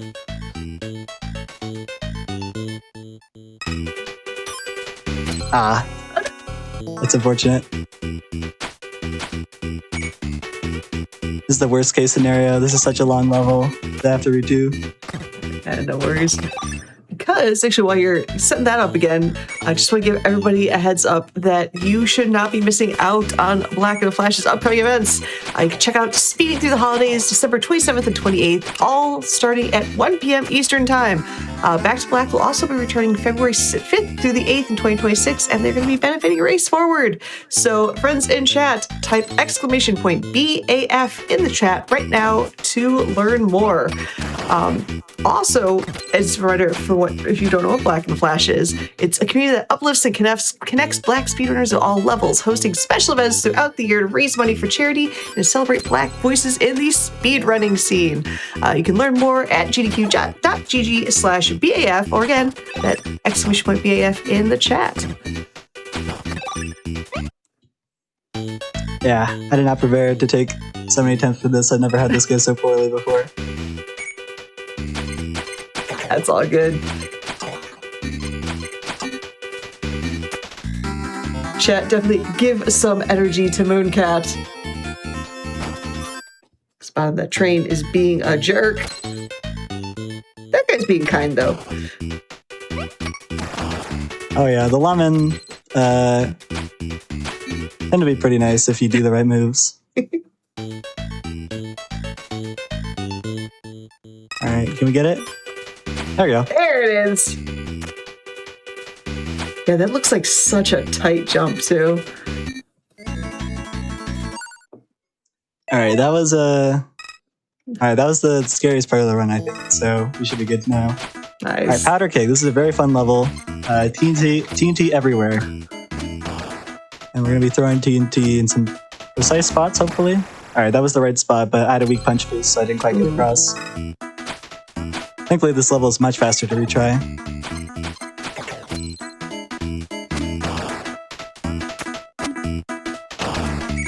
There we go. Very nice. Hey, you don't want to throw it too far and accidentally blow up all the TNT on the right side there. I feel like there's a meme with the community because I've seen that trick that's so close. got patched 20 minutes ago. That trick got patched 30 seconds ago. Oh, well, there have been some techniques that have gotten patched that have made Rail Heist runners upset. Gotcha. All right, Setting Ducks. This is Ooh. I like to think this marks the home stretch of the run. This level is a pretty straightforward Devil Star strat where we're pretty much just going to do the intended route. There's like a slightly faster way to get through this level pacifist. It's got a very precise trick that I'm not confident in showing off. So we'll just take the safe way through this level. And we don't need to be resetting because there's a cutscene here that's going to take us right into Vengeance. You definitely need to be fast there at the start. The goal of this level is to kill the sheriff on the other side of the train. And normally you wouldn't be able to do this on your first turn because we can't actually reach there in time. But if we roll into the switch here, that's the sheriff killed. What? So what just happened there was during the lawman turn, if the lawman walks in front of your outlaw, the outlaw will do like an auto punch as like a self-defense mechanism. But if we do that specific setup, we can punch the switch during the lawman turn right as the sheriff is walking through the door, which will close the door and kill the sheriff and let us do that on our very first turn. Oh, that is awesome. And that means most of the level is actually just getting both outlaws back out, which we can do with some punch boosts. All right, I didn't mean to do that. Sorry, chicken. That chicken had a family, maybe. All right, now we're on the final score. Last level in the game. Also got some pretty precise tricks. I might lose some time if I mess them up. First part, getting Maria to the right side of the train. Did that. And now we're going to try to get Dodger into the money crate on our first turn here. By setting up these barrels to do a roll jump into a zip. And now I wasn't fast enough to blow up the TNT on my first turn, so we're just going to wait an extra cycle with Maria here. Now we're going to have Dodger shoot the TNT to create a path for Maria, and then we're just going to do some teamwork to get both sets of money crates here.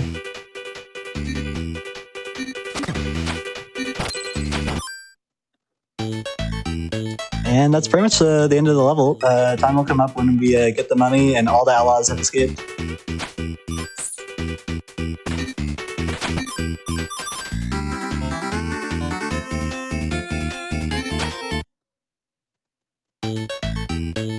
That was a slick punch jump there to get onto Mr. Blue. Oh, yeah. And time. You gave me a heart attack doing that roll under the block there. The game is very generous about how close you need to be the horse to escape. That was awesome. Oh, and yeah, that was Rail Heist. That was an awesome setup for it's like y'all just blow me away with these completely. But yeah, GG's on that.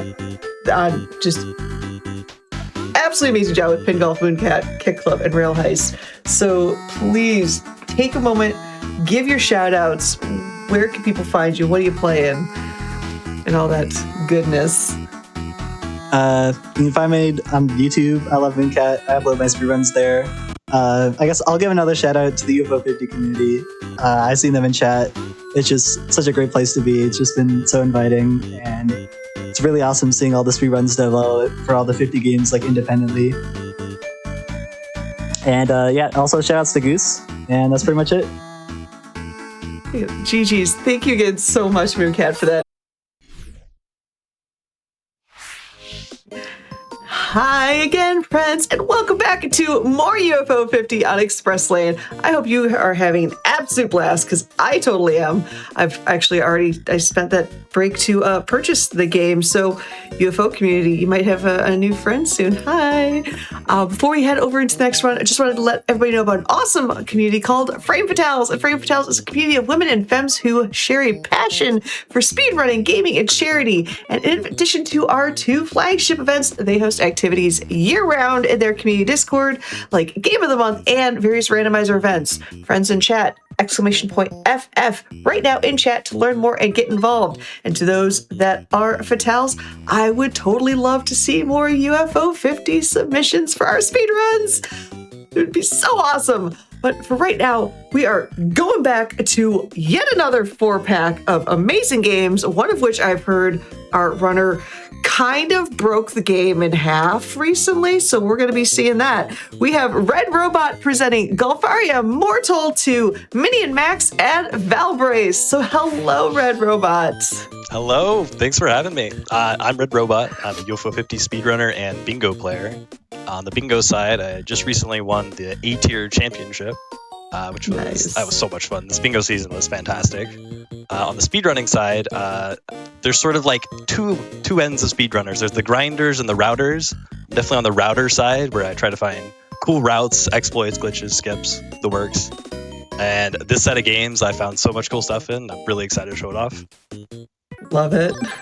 Okay, so first off is Golfaria. It is a golfing Metroidvania game. Really strange combination. Can't believe it works.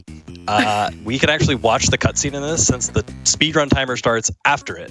So get ready for the Golfaria lore dump. It's a crazy. Yes! I'm always a fan of the Golf Metroidvania hybrid lore dump. You have been sleeping for a long time. You awaken in a cave. That's it. Okay, so we're just going to grab this checkpoint. It's just a tiny bit faster than spawning in this cave over and over. Well, you technically still spawn in the cave, but over in that hole. It's just like 1 second times over the course of the run. So right now, when we shoot the ball, we have no control over it afterward. So I just have to wait for it to stop. So the first upgrade we're going to grab is called the brakes. It'll give me way more ball control because I can stop the ball after it's been shot. So in the sand, I have to do these little hops. And we're going to get a nice bounce off of this mushroom. It should be about right. And we're going to activate this power bot. It has an annoying little animation. I am going to go hit him to refresh some of my strokes. And there we go. +6. Okay, so this cave right here is a massive pain, normally, casually. But there's a pixel-perfect lineup to get like halfway through it in just one shot. So that should be it. And then we just need to do a tiny little down right shot here. And perfect. Okay, one more diagonal and we're out of here. Oh, come on. That didn't go in. That cave said you thought. I will grab this birdie here for +5 strokes. Just because I want to be a little bit on the safe side this run. Okay, there's ladybugs. If you run out of strokes, you just die. You go back to the start. Well, not a full, not the entire game, but you will go back to the starting cave. Yeah. These ladybugs are random and a massive pain. Please go away. Okay. Not quite. Oh, don't go down the hill. Oh! Okay, I should be able to line up. There we go. Okay, ladybug was in my ideal spot. Okay, yeah. Now I can grab the brakes. I did not mean to do that stroke. It's fine. The ladybug dying actually refreshes strokes. Whenever an enemy dies, you get +3 or 4, depending on what kind of enemy it is. Okay, please get out of my way. This is why we're doing a lot of safety strats in this run, because the RNG can be so frustrating. Okay, there it is. There we Brakes go. acquired. I'll have so much more ball control now. GGs. Okay, next up, we're getting the Blockbuster, which is not a reference to the defunct rental video store, but it's actually just the thing that busts blocks. I get a bounce off this guy. Perfect. I'm going to skip the eagle here, which will refresh 10 strokes. Head on past this beetle. And, okay, so this temple right here that contains the Blockbuster, normally you'd have to go inside this hole right here. But you can skip over it with a semi-precise lineup right here. I think that's good. Yeah. And we're in. Just a couple more strokes to get to the blockbuster up here. You can see way more ball control now that I can stop the ball on a dime. This also refreshes my strokes when I pick that up, so I'm back up to 20. And we're grabbing a little club here that'll bring us up to 23 max strokes. Okay, now we're grabbing one of the holy teas. You need 4 to beat the game. This one would normally require the water roll ability, but we can do another semi-precise lineup to not here. Okay, well, you can miss that as well. Right here. And okay, There it is. so normally you would need the water roll here, but if I land on that border between the ledge right there, you can land in the water for some reason. And there's the TVs. Reset back to our starting cave. Okay, next thing we get is the sand roll, which allows us to roll in sand properly and not do those little annoying hops. Shoot straight down. So there's going to be a par bot above. So if we stay really low, we'll avoid his trigger range and not have to do that annoying cutscene. A little bit further. Ooh, that's kind of far. Might be... Okay, we're good. Okay, so in the actual world record run, you don't get any bonus clubs, and skipping this particular one is really hard, because not only do you have to be on 20 here, but you also don't get the refresh. So you have to do 20 from the start to the end of this whole expedition, which makes it really tight. But no way I'm doing that here. So we're going up to 26. Okay, Hi, Ladybug. Oh, come on. The water droplets in here are random. The first set are not really an issue, but the second set can be... Oh my gosh, that's straight at me. That's fine. I can roll over this water here. Yeah, they can be... Yeah, the water's mostly being kind to me. Okay, that was okay. A little down right here, and then straight right. And we're to the next cave. Okay, this cave has mosquitoes in it. They'll chase you down, and if you get hit by one, they will rapidly drain your strokes. So they sort of like match your speed. So if you go slow, they'll go slow. If you go fast, they'll go fast. Hi, Strider. Okay, just barely dodged him. Ooh. Yeah, as you can see, I'm going to be at like 6 remaining strokes. So if I had the base 20 here, I definitely would not have made it. There we go. Ooh, nice.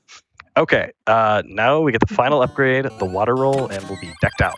And we can just go hunt T-pieces. So we're going to go straight right. Bounce on this flower,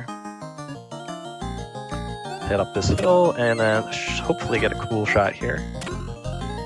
Yeah. Oh. Okay. That was nice. I'm going to grab one more two more safety things, one a little bit later. So there's green balls you can save in this game that in the very ending, they'll give you some extra strokes because the end game is really tricky. There's that guy. It'll give me plus 10 at the end. So there's a T-piece right across from here. If I get close to this edge and max power, I'll build up momentum, get up that cliff. That's our second T-piece. And I don't know if you've really seen it yet, but now we can see the sand roll in action. Roll over this as normal, and then I can press the jump button right there. Gonna jump on the sand. No way! Okay, when you land on these cactuses, it's also random which direction you go. So, okay, that's what we find. This should be a one-way exit. But it's because you get the sand roll or the water roll right out of this area. But with another, I think it's pixel perfect lineup right here, you can get in early. And now that skips so much sand traversing over to the right there. Dang. Couple of right angles, and we'll get the water roll. Perfect. Okay, so we're gonna one more T-piece on this expedition, and we're back to the starting cave. Now, I've noticed some comments in chat about a certain ginormous chair you are sitting in. Oh, yeah. No, I love this chair. I spent way too much time in it. It looks, I'm not gonna lie, that looks incredibly comly. It absolutely is. I almost did this stream standing, but I was like, people want to see the chair, so. It's the unofficial player, too. It really is. Okay, sneak past these. Oh, that's going to be really annoying. And because I have and that's going to trigger the Parbot, too. Ah! I skipped that animation a second ago. Okay. Here we go. I can climb back up. I am going to be a tiny bit low on strokes. Should have enough. Oh, it's going to be tight, actually. Don't hit me this time. Up here. Perfect. Okay, yeah, I'll be 1 stroke remaining. Straight down. Take this jump. Okay, I am going to do a lineup shot, so I'll be on my last stroke here. Take my time. I think that's it. Ooh! Nice. Okay, we're through. Ooh. 1 last T-piece to collect up in the bottom, or down in the bottom left, not up there. And I could grab another safety green ball, but I'll skip it. My endgame's been kind of clean recently. Straight down. Okay, we gotta get around this mountain here. So this is the section you absolutely need the water roll. If there was a way to skip over this without it, you could skip the water roll and then also maybe even skip the sand roll and save a ton of time, but it's not been found to actually be possible to ever get over this without it. Oh, jeez. That's like the holy grail of skips in this game, if you could ever find that. Good lineup here. Gets our last T-piece. Okay, reset, and now we're going back to the temple on the top left to get the win. Although there is as I mentioned earlier, a tough section there with lots of RNG. Okay. We can take a slightly different route this time since we have all the upgrades. I don't want to hit that fence, whatever. We can like go through the river instead of up that mountain. A little bit faster.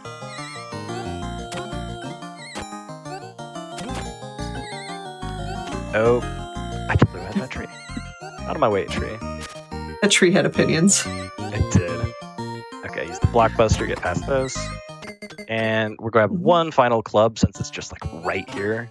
I mean, like, come on, it's right here. Yeah, fair. And then last little section, hop over this. Okay, actually hop over this time. Hop over that. Okay, we're not hopping, we'll just roll over it. Roll over that. And slide on through.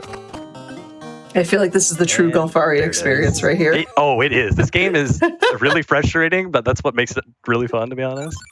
Love it. Okay, so normally you need to hit 3 switches in this area, but there is a skip that I found that I named Canvas Skip, named after our lovely community member Canvas, who had nothing to do with it.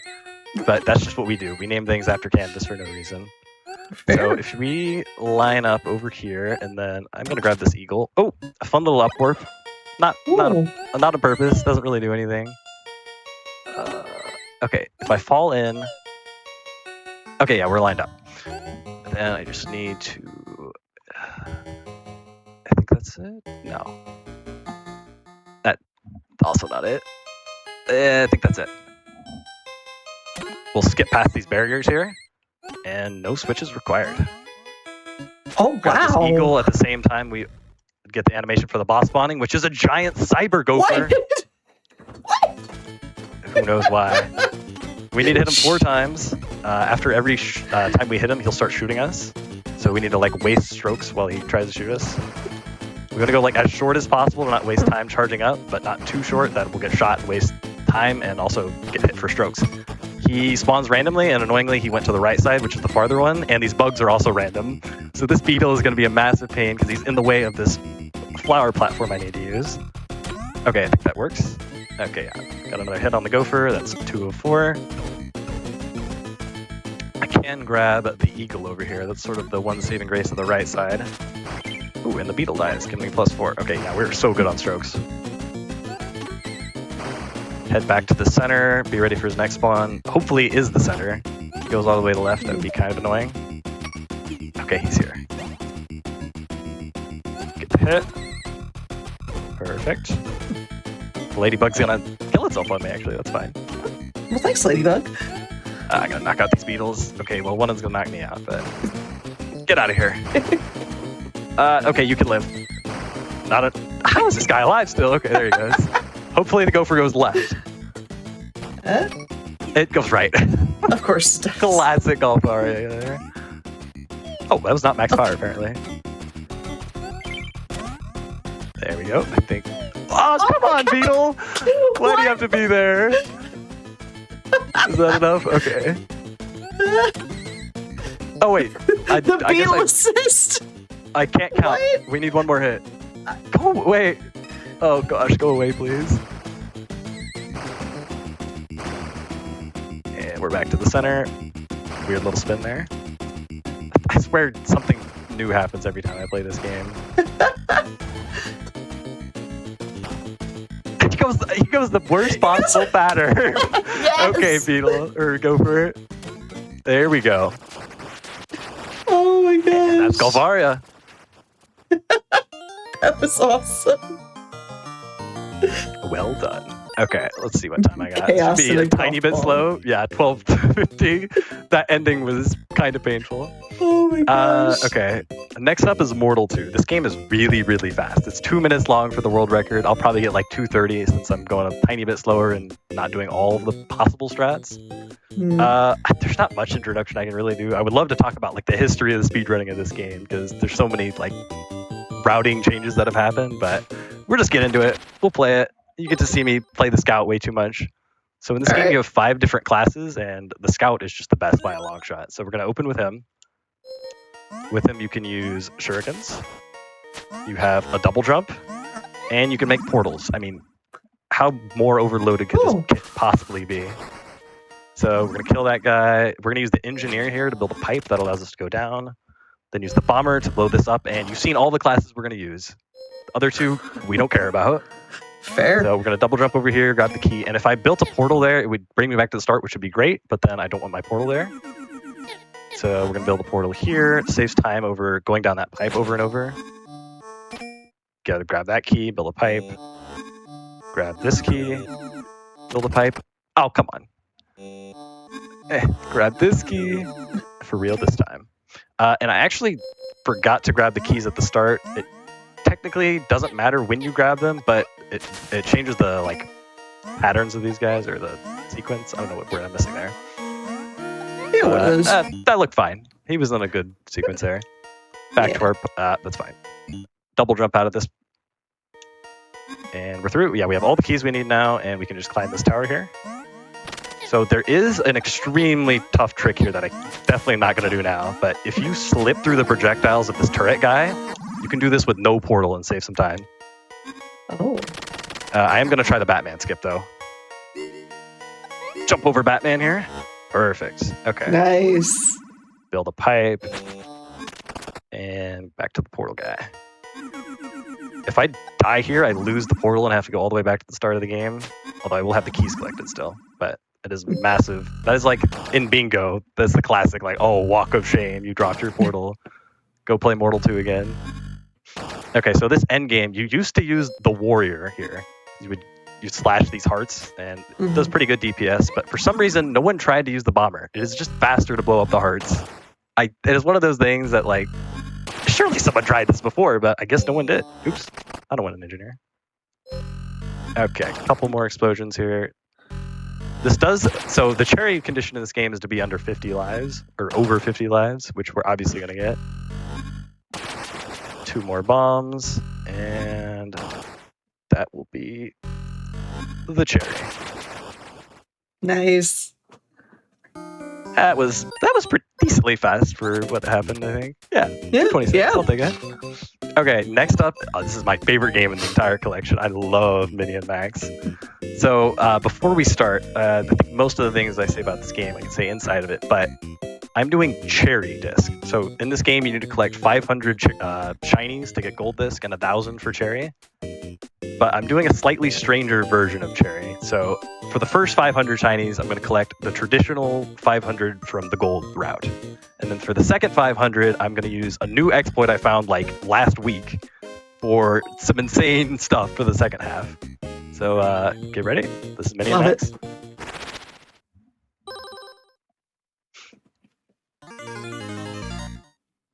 And okay, you are trapped in the closet by your sister Amy because she's trying to throw a party, and she's straight up doing the game Party House over there. You get mad, you break this mirror, get these shinies all over the mini world. For whatever reason, it's a magical closet, and your dog knows that. Teaches you how to shrink. So the first thing we need to do on our shiny collecting journey is be able to shrink even farther. So we're going to deliver this key to a guy named William over here. And if you saw in Rail Heist, the game has like clips and zips. This game has a lot of the similar ones. So I can down warp here. And we're going to grab our first shiny. Those medium-sized ones give 5. And lure dump from William. Got to mash through it. Nice. And, oops, mini potion. You reset the game here. It's a little bit faster than watching the whole animation and growing back. Okay, now we can start collecting upgrades. There's a lot of upgrades we're going to want. First and foremost, Coffee Grounds allows us to sprint. You got to sprint in a speed run. Also, I don't know if I explained it yet, but the reason we need 500 shinies in the first place is because King Mittens, like our evil cat, is guarding the doorknob, so we can't leave. Next thing we're grabbing is the backpack. You could death warp here with that guy that walks back and forth, but he didn't cooperate and he went left. Backpack allows us to store an item. Very helpful. This is one of the most important items in the game we're about to grab. First off, shout out to Glove. Second off, the Glove, it allows you to pick up enemies, and there's a bunch of reasons that's really important that you'll see later. Okay. We're going to start collecting a couple of shinies. We still need more upgrades, though. The next one you're going to be shocked is not in the base kit. This is the special anklet. It allows you to drop through platforms. So now we can double tap and get through platforms like any other platformer game. Ooh. And one last upgrade. If you liked Glove so much, why couldn't they have made a Glove 2? They did. Glove 2 allows you to pick things up faster. That little pick-up animation I do is just entirely skipped. This helps me do a couple of tricks and just makes things a little faster. I'm going to buy dynamite in a glass jar. Okay, now it's time to actually go shiny hunting. First quest is kill the water bear. I'm going to use this dynamite, which will one-shot him, but I need him to open up his little tongue first, so we got to jump on his head. 1, 2, throw it up, bounce on him. Dynamite lands on him. Oh, I need that bubble. Okay, we got the bubble. We're going to use this bubble to get in the corner. So watch this. Normally you can't like shrink in midair, but if I shrink on a bubble, do a couple of frame jumps here, and we're through. Back into the corner. So I want to give this spider a little green thing in here. Oops. That's fine. Come on. Okay, perfect. And this is our first quest completed. Give me your shinies. And we're going to death warp down here. See if I get the lineup. Ooh, it might be off. Okay, we're good. Oh, nice. And you might see me doing transition jumps. So whenever the screen transitions, if I press jump at the right time, I can jump midair. And there's certain areas where I'll get really large jumps out of it. But right now, you're just seeing a couple of tiny ones. We need to get water in this jar, but while we're waiting for the water to drop, I can get a shiny up here. Oh, and I say at the cycle. Perfect. Okay, this next transition jump is really important. It's going to be a big one. There we go. Normally you can't get to the outlet at all without that jump.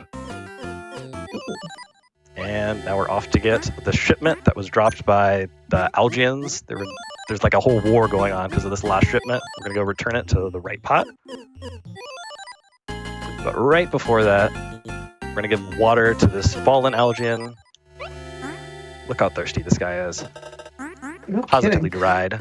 He's also actually a speedrunner faster than us because he'll make it back to town before we do. What? What a lad. That's not him, that's not him, that's not him. There he is. Give me your money. Little transition jump here. Okay, now we can deliver the shipment that was lost to the chief. But the chief is too cool and won't give us the money themselves. Left-hand man over here will give it to us. Okay, that's it for the right pot, but we do want to grab 2 little loose shinies this way. Perfect.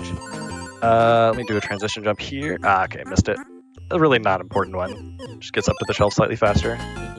So the Lamptonians, the citizens of the lamp, they're like really pious. They don't like money, so they throw all of their money down into the left pot, and it all drops here. So we can go get all of their money. All these little tiny shinies just give 1, and we don't really need them all. If we got them all, we'd be 3 overkill. So I'll just not bother to get all the little ones. That's fair. Okay, and remember the water bear we killed at the start? We're finally going to get the reward for it. Mr. Mayor himself. Also, these guys are just really cool. They built a statue of William. Thank you, Mayor. Okay. Another transition jump here, and we're going to do one of the only truly required quests in the game. This Hexen is trying to print shinies because he's very greedy. And his shiny printer breaks. It does print 1, though, so it kind of works. And we need the gear for it. Okay. Give me that. You'll see what it's for later. Okay, we're on our last major like expedition. We go to the top of the shelf. We get the remaining 200-ish shinies here. Hop down. Also, if the ladybugs and Golfaria were annoying me, I can get payback on this one.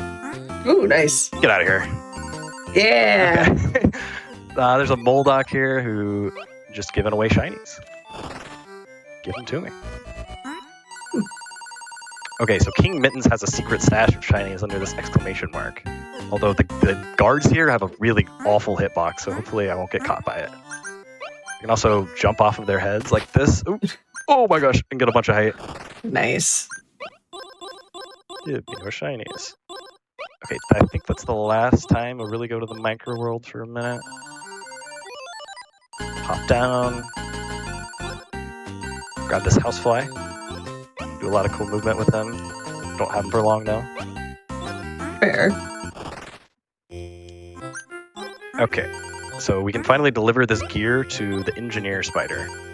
And this is the part of that quest I was talking about that's required. We'll see again why later. Grab a couple more shinies. A second housefly. Perfect. And we need just a couple more shinies. We'll get them from the doorknob. You can shrink while on it. And it'll drop me right at the door. And normally you need to pay 50 shinies to get in, but you can just use the housefly. Oop, a little lower. Okay, Mittens, here's your shinies. Now open the door. Oh, he's mean. Kidnaps your dog Max. And now you have to fight his robot. But you can't kill his robot until you get the password from that engineer. So now we can finally get the payoff for that. The password is, of course, Spider Pun. 8 is great. 8 legs. Come on. It's really not funny, but... Okay, so Gearface is normally like a long dungeon, and you need a bunch of upgrades that we don't have to clear it.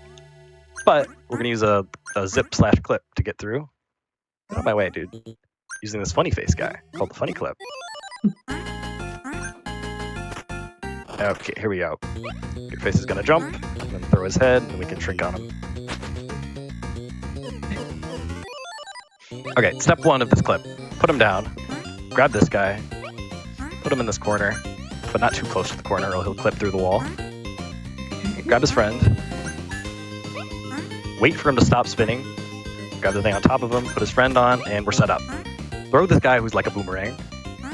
Crouch, uncrouch, and we're through. What? Get this guy out of my way. I'm gonna let the turret over here kill this one, and then I'll grab his friend. And normally you wouldn't need him, but we're not quite done yet. We're gonna do a little bit more minion maxing after we kill Gearface. And I can take a shot if I want to. Ow. 8 is great.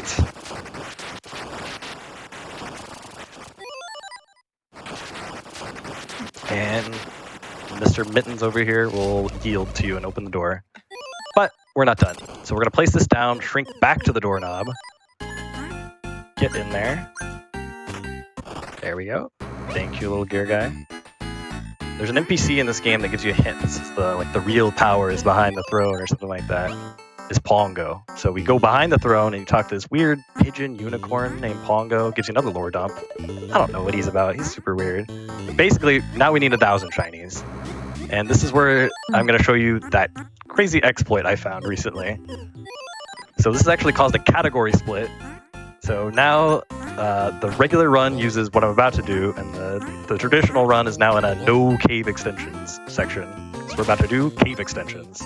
So this cave has caves, and at the end of the cave, there's a big shiny worth 50, and they're really slow. Like, they would never be worth it in a speed run. But using a variation on the funny face clip, the unfunny clip, slide under, you can zip to the end of the cave.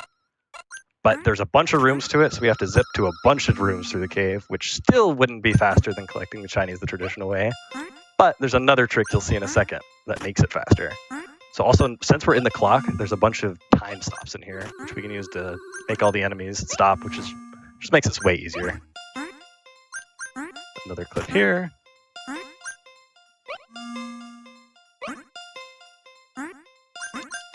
grab max HP. One more clip. Okay, this is the final room of the cave.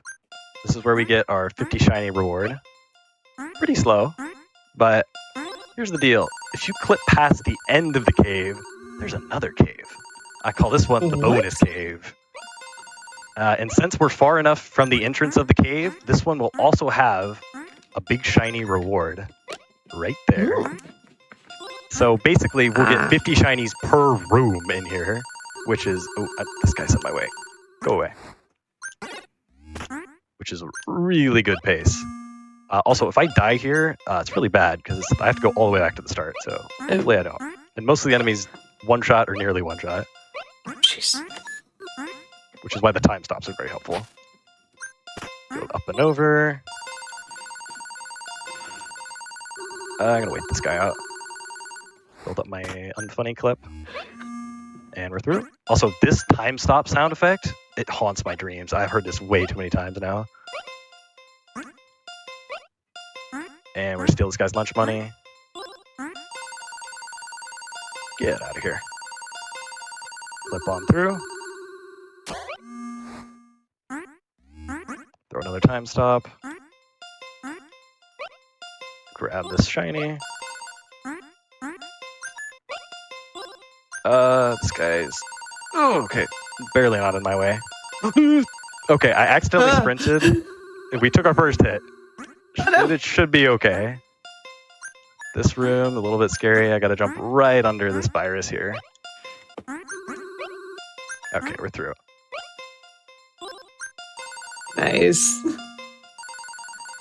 Okay, this one I call the lime cave because you gotta squeeze like a lime. And there's also this thing that kind of looks like a lime. Yeah, that's fair. I should not have done that sprint. That was super terrifying. Okay, and we're gonna use the clip with the lime. I call this one the lemon because you also gotta squeeze through right over here. And there's a thing that kind of looks like a lemon. If you like really squint, you gotta really squint though. There it is. There's our lemon. It's vaguely yellow. Go on through. Okay, this should be the last one we need. I call this the checkpoint cave because if you're doing exclusively this in Cherry, this is like the halfway-ish point, and there's a nice health refresh. I'm gonna grab the health refresh even though I don't really need it, just in case I die to this guy somehow. Okay, we can grow out of here and grab the remaining shinies outside. I'm gonna do a reverse transition jump by going through that door and then going back through to jump, and then we can jump the rest of the way off this virus. Jump back down. I have enough, right? Yeah, it should be perfect. Grab the shiny over here. And its corresponding friend. And there's one more at the top here. And that will be 1001 shinies. One more than I needed. Hello, kind spider. Will you reverse time? Rebuild the mirror.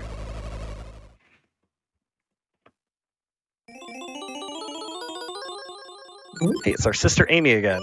Yay! Okay, so normally in the gold ending there's a party going on, but since we're here back in time before the party started, it's nice and chill.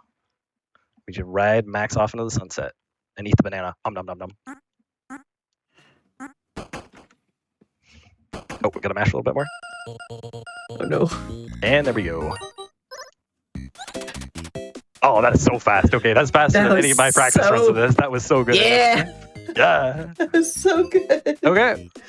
Yeah, and mind you, chat lost their mind like watching all I that. bet. Yeah, that the that cave was so extension cool. stuff I was doing is very new and very interesting and weird. So. Oh, Okay, so cool. last game. I got 2 spiels for this one. First off, Okay. just what kind of game is it? We're going to do that beforehand. It's like a first-person 3D dungeon crawler. It looks randomly generated. It's not. So keep that in mind. And also, this game, it is first-person in a 2D game, and I assume some people will get dizzy from it. It's a really tiny mini-map, but it will help you orient yourself a little bit. So just like look on the top right. I think that's my first spiel done. So the second spiel I'll do during the cutscene. So normally when you open a game in UFO 50, the random number generator is set to a random number, as you would expect. Like the seed is set. Yeah. So yeah. So if there were a game that had a set seed for whatever reason, and you go into another one, you couldn't carry that set seed over. Well, some games that isn't true for. For Grimstone, as an example, doesn't set any seed at all. So if you go into a game that has a set seed and go into Grimstone, you can carry that seed over. This game doesn't work like that either. For whatever reason, this game randomizes the seed to something random, and then right afterwards, it's like, let's do seed 100. So no matter what, this game is just at seed 100. So if I do the exact same inputs every time, the game will just basically be RNG manipulated. I know exactly what enemy encounters are coming up, how to dodge them, and what loot I'm going to find where. Nice. So, without further ado, this is Valbrace Cherry, RNG manipulated. So, this game also has like punch-out style combat that you're going to see very briefly, because ideally, this is the only encounter we'll do in the game. 1, 2, 3, 4, 5, 6, and there it is. Chances are I'll mess up the manip at one point, and maybe we'll do like one more encounter, but we'll see. I also cast the spells in this game on keyboard, so I do a weird like keep one hand on the controller, one on the keyboard thing. Okay, we're gonna reset. This gives us our mana back and resets the seed back to 100. So I can, do a sort of marathon safe version where I can reset any floor I want. If I do back up here, just reverse style, open this gate, and we can go and get our first key. We're going to re-examine the chest for RNG manipulation purposes. And also, who knows what could have been in the chest the second time? There's nothing. We're going to double check this door functions, grab this blue potion here, cast the invisibility spell, sneak on past this guy and his friend. I'm not gonna lie, this gives me the old school Windows screensaver vibes. I am loving it. Okay, so in floor 2, it's quite a bit more complicated. We need this Y hander for the cherry ending, and we get that from searching the set piece here. And it's always on the bottom of the item bags. We have to search it a lot, which means we got to do quite a bit of RNG manipulation to not get any encounters. So you're gonna see me do a bit of a voodoo spell. Okay. Flip the switch. Still past 3 guys right here. Back and forth. Search, search. North, back and forth. Search, search, search. North. 1, 2, 3 back and forths. Drop an item. Drop an item. Drop an item and keep the bone. Search, get this Y-hander. We're not quite done yet. Go north, back and forth, south. Okay, we're through. The rest of this floor is a lot more straightforward. Okay, we're gonna fly over this pit. I will just nod and say yes. Yeah, it just works. Everyone knows that. That's of course what you're supposed to do there. Okay, we're gonna generate mana by going back and forth here so we can cast another invisibility spell. Get past these encounters behind me. And here's the boss fight. You can invisible past them though. Okay, floor 3. There isn't that much to say about floor 3 other than the hive has funky music. I mean, listen to this. Okay. Oh, all right. Visible spell. Sneak on past this guy. Flip the switch. A little back and forth right here. Flip another switch. We're going to use the bone we got earlier to get rid of this enemy, because he gets scared of the bone cracking sound. And we're going to do one more fly spell and a couple more turns.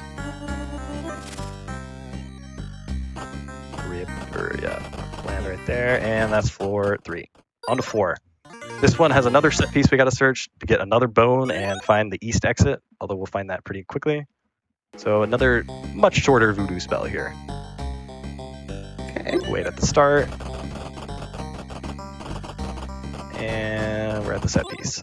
1, 2, 3, 4. East, back, search, east, and we're through.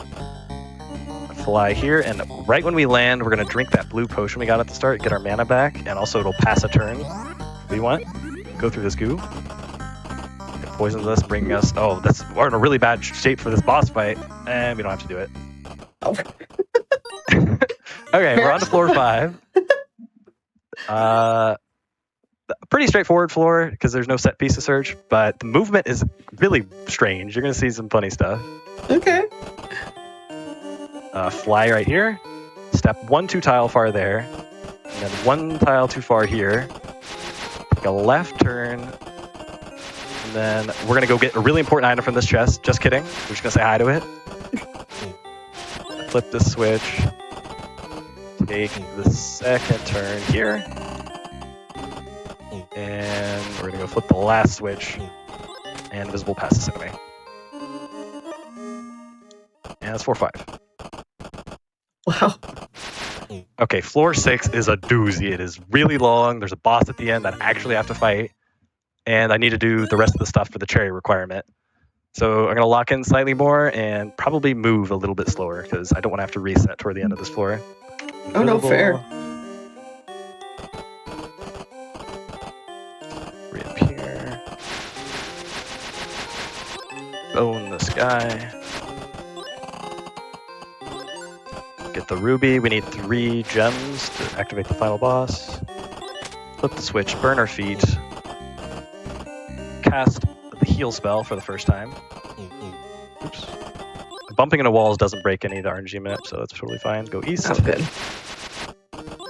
Flip the switch. And we're going to meet the Red Knight for the first time. Give him the item he wants, and he's like, oh, thanks for being a friend. Have this red coin. Thanks, dude. It's part of the cherry requirement. Flip the switch twice. The second time it doesn't unflip, but it's slightly faster than waiting, like here, waiting my turn. Okay.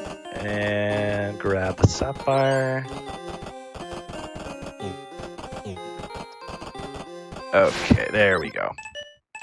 Sapphire in, we go south. Okay, watch the minimap here. There's an enemy right behind me that's just barely not going to catch me. Jeez. And we throw this red coin into the fountain, and we wish for honor. Because of course, that's the right thing you're supposed to do. Of course. Flip this switch, fly over this gap, and we're going to get our first throne. Normally, you would collect thrones throughout to get stat bonuses, but you need essence for them. This is the only one you don't need essence for, and you get essence from killing enemies, which I obviously am not doing. A little back and forth to avoid the patrolling enemies here. Back and forth. Yeah. One tile too far. Back, wait. And that's pretty much the end of floor 6. Just gotta go east. Talk to the Red Knight. Get our red star sword. He's so happy that we wish for honor. Okay, equip it. We're going to cast Invisible. This will not skip the boss fight, but it will make him not attack me for a while, so I can get free hits on his gems. Here we go. 1, 2. 1, 2. 1, 2. Wait here. 1, 2, 3. Perfect. The ruby will come around.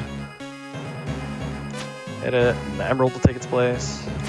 And it's pretty much chill from here. If I accidentally reappear, it's chill because the boss on the green phase just isn't important. The other gems are the really scary ones. If he goes into those, I could be toast, but we're past that. That's right. Okay, from here, I basically just need to track the boss and hit him with not quite a rhythm. You got a decent amount of leeway. Just make sure he doesn't get any attacks in. And that's phase 1. Phase 2 is basically the same as that, but it's dark. And the gems aren't here, so we're kind of chill. Just gotta track him. As long as he doesn't get any attacks in, we're good. Oh, okay, I missed. That's fine, actually. The hands are the least scary thing he can do. Oh, good.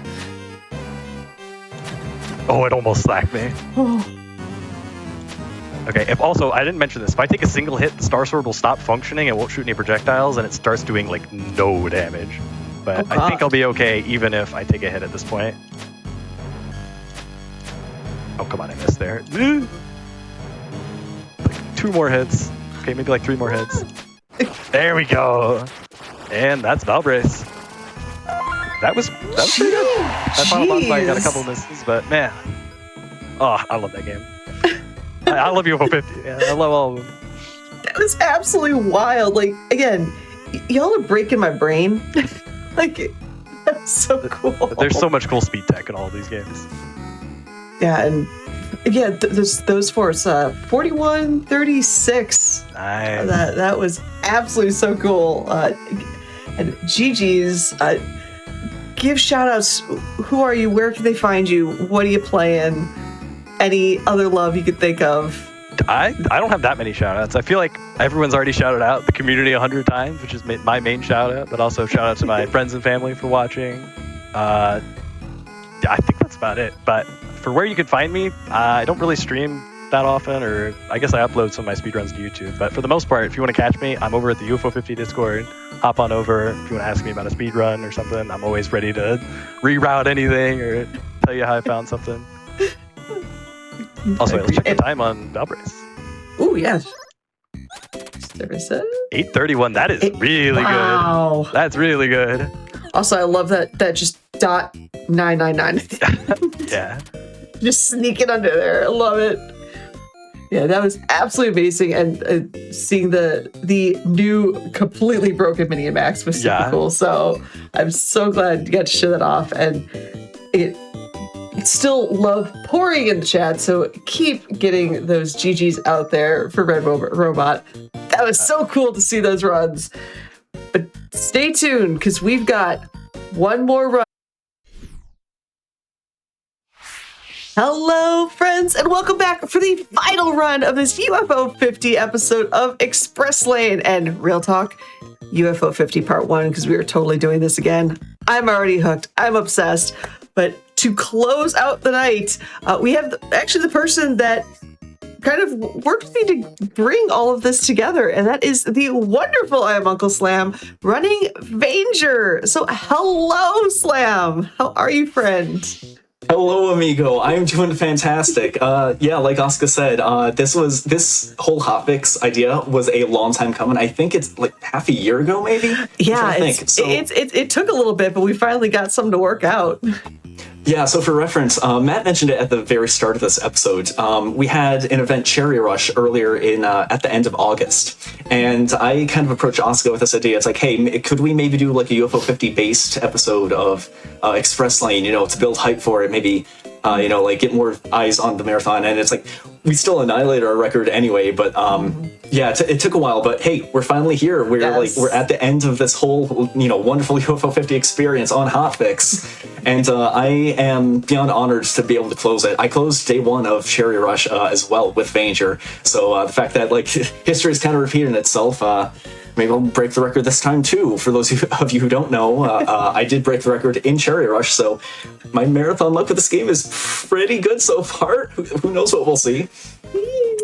But yeah, joining me on this experience, we not only have Oscar, but we have the second place time holder in the Cherry category. Say hello, Python. Hello, I'm Python. I'm a semi-retired runner of Vainger. Slam was nice enough to invite me to commentate, so I'm ready to watch him put on a great show. Yeah, and a former Night Manor aficionado. Nice. True as well, Night Manor. Incredible game if you haven't seen it in the collection. Go pick it up. Try out Night Manor first. It's the only game you need. I would beg to differ. I think Party House and Vainger are chef's kiss, but anyway. These are all games I have times in. True. I love it. Yeah, maybe you'll be in the next UFO 50 hotfix, Hey, perhaps.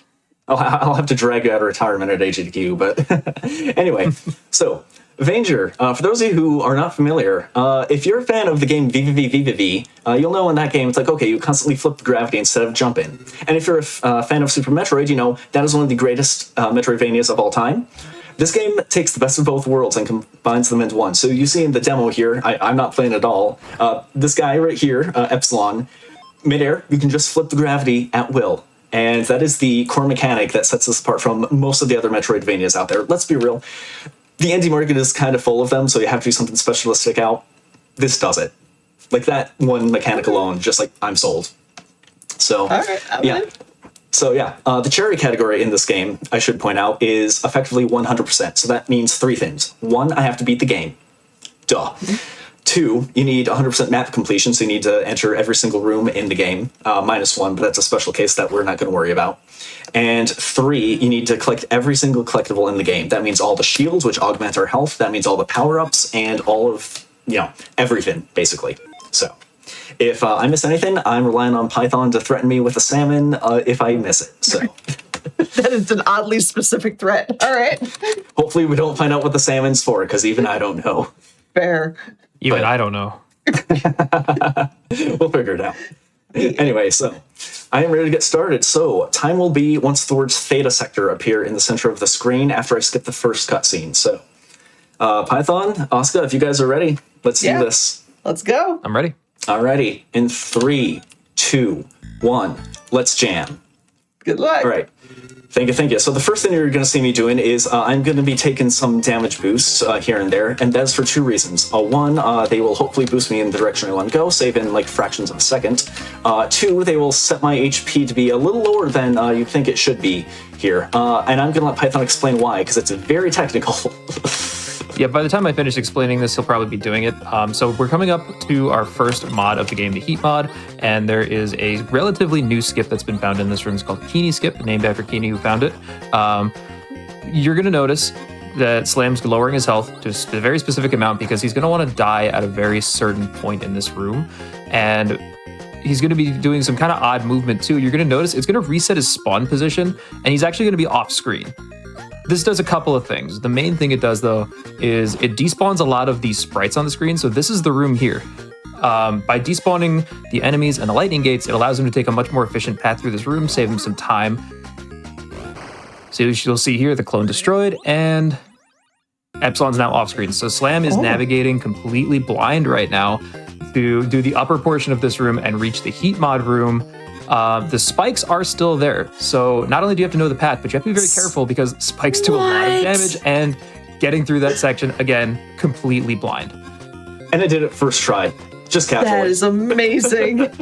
Yeah, that's incredibly difficult. Takes a lot of practice. Yeah, so that's a skip that was not known about during Cherry Rush, so this is the first time we get to show it off in a marathon setting, so that went well. So you'll see right here, I just equipped the Heat mod to my gun. So the way mods work in this game is you can equip them to three different things: the gun, the gravity flipper, and the armor. So the gun has the nice effect that you can explode those barrels, flammable barrels, and you can also increase the damage output you do to enemies, etc. Right now I have the Magmatech armor equipped, and that has two effects as well. The first one being that all damage I take from enemies, projectiles, etc. is halved. And the other one, which is also important, is that when I'm in a super hot room, I will not take heat damage. So normally the way that works is whenever you're in a hot room, if you don't have the Magmatech armor, it will slowly whittle away your HP, like little by little as you go. But with the Magmatech armor, you take none of that, and you still get the bonus of having all other damage halved. So it's effectively the Varia suit of this game. Very helpful. I love there's a comment in chat, high praise one from Keeney saying, it's cool seeing people to do my tricks way better than I ever will do. Hey, discovering it is still like half the battle, so. So true, so true. Like, this is the biggest break this game has had in a while, so definite shout outs to Keeney there. So right here, I'm going to take damage off of this guy and use the iframes to get through those spikes. Spikes otherwise would do 100 damage to you, and even with the Magmatech armor, that's still 50, and that is a large chunk of our health, so ideally, we don't hit spikes this early in the run. We will be hitting them later, but more on that later. For now, we're coming up on the first boss fight, and this is going to be a pair of crawler enemies. And ideally, I want to kill them before they jump to the opposite sides of the room. It's a very vertical room, they'll be on either side of it. So I will use the heat flip for that specifically, and I'll let Python take it from here. Yeah, so this is actually the only time you're going to see the heat flip in the entire run. It's just we don't have a lot of the upgrades that make these drones as free as possible, so we're going to spam the heat flip here. This is our maximum damage to them at this current point in time, and it's going to make pretty quick work of them here. And we're going to move on to the next sector of the run, which is going to be Latum sector. Yes, that fight went really well, and that is a very hard fight to do optimally on keyboard, and guess what I'm playing on? So notice here that I'm going to go right back to the gun, but you're also going to see that I go into a super hot room, so I will have my health tick down gradually, whereas I wouldn't if I had the Magmatech armor. Why is that, Python?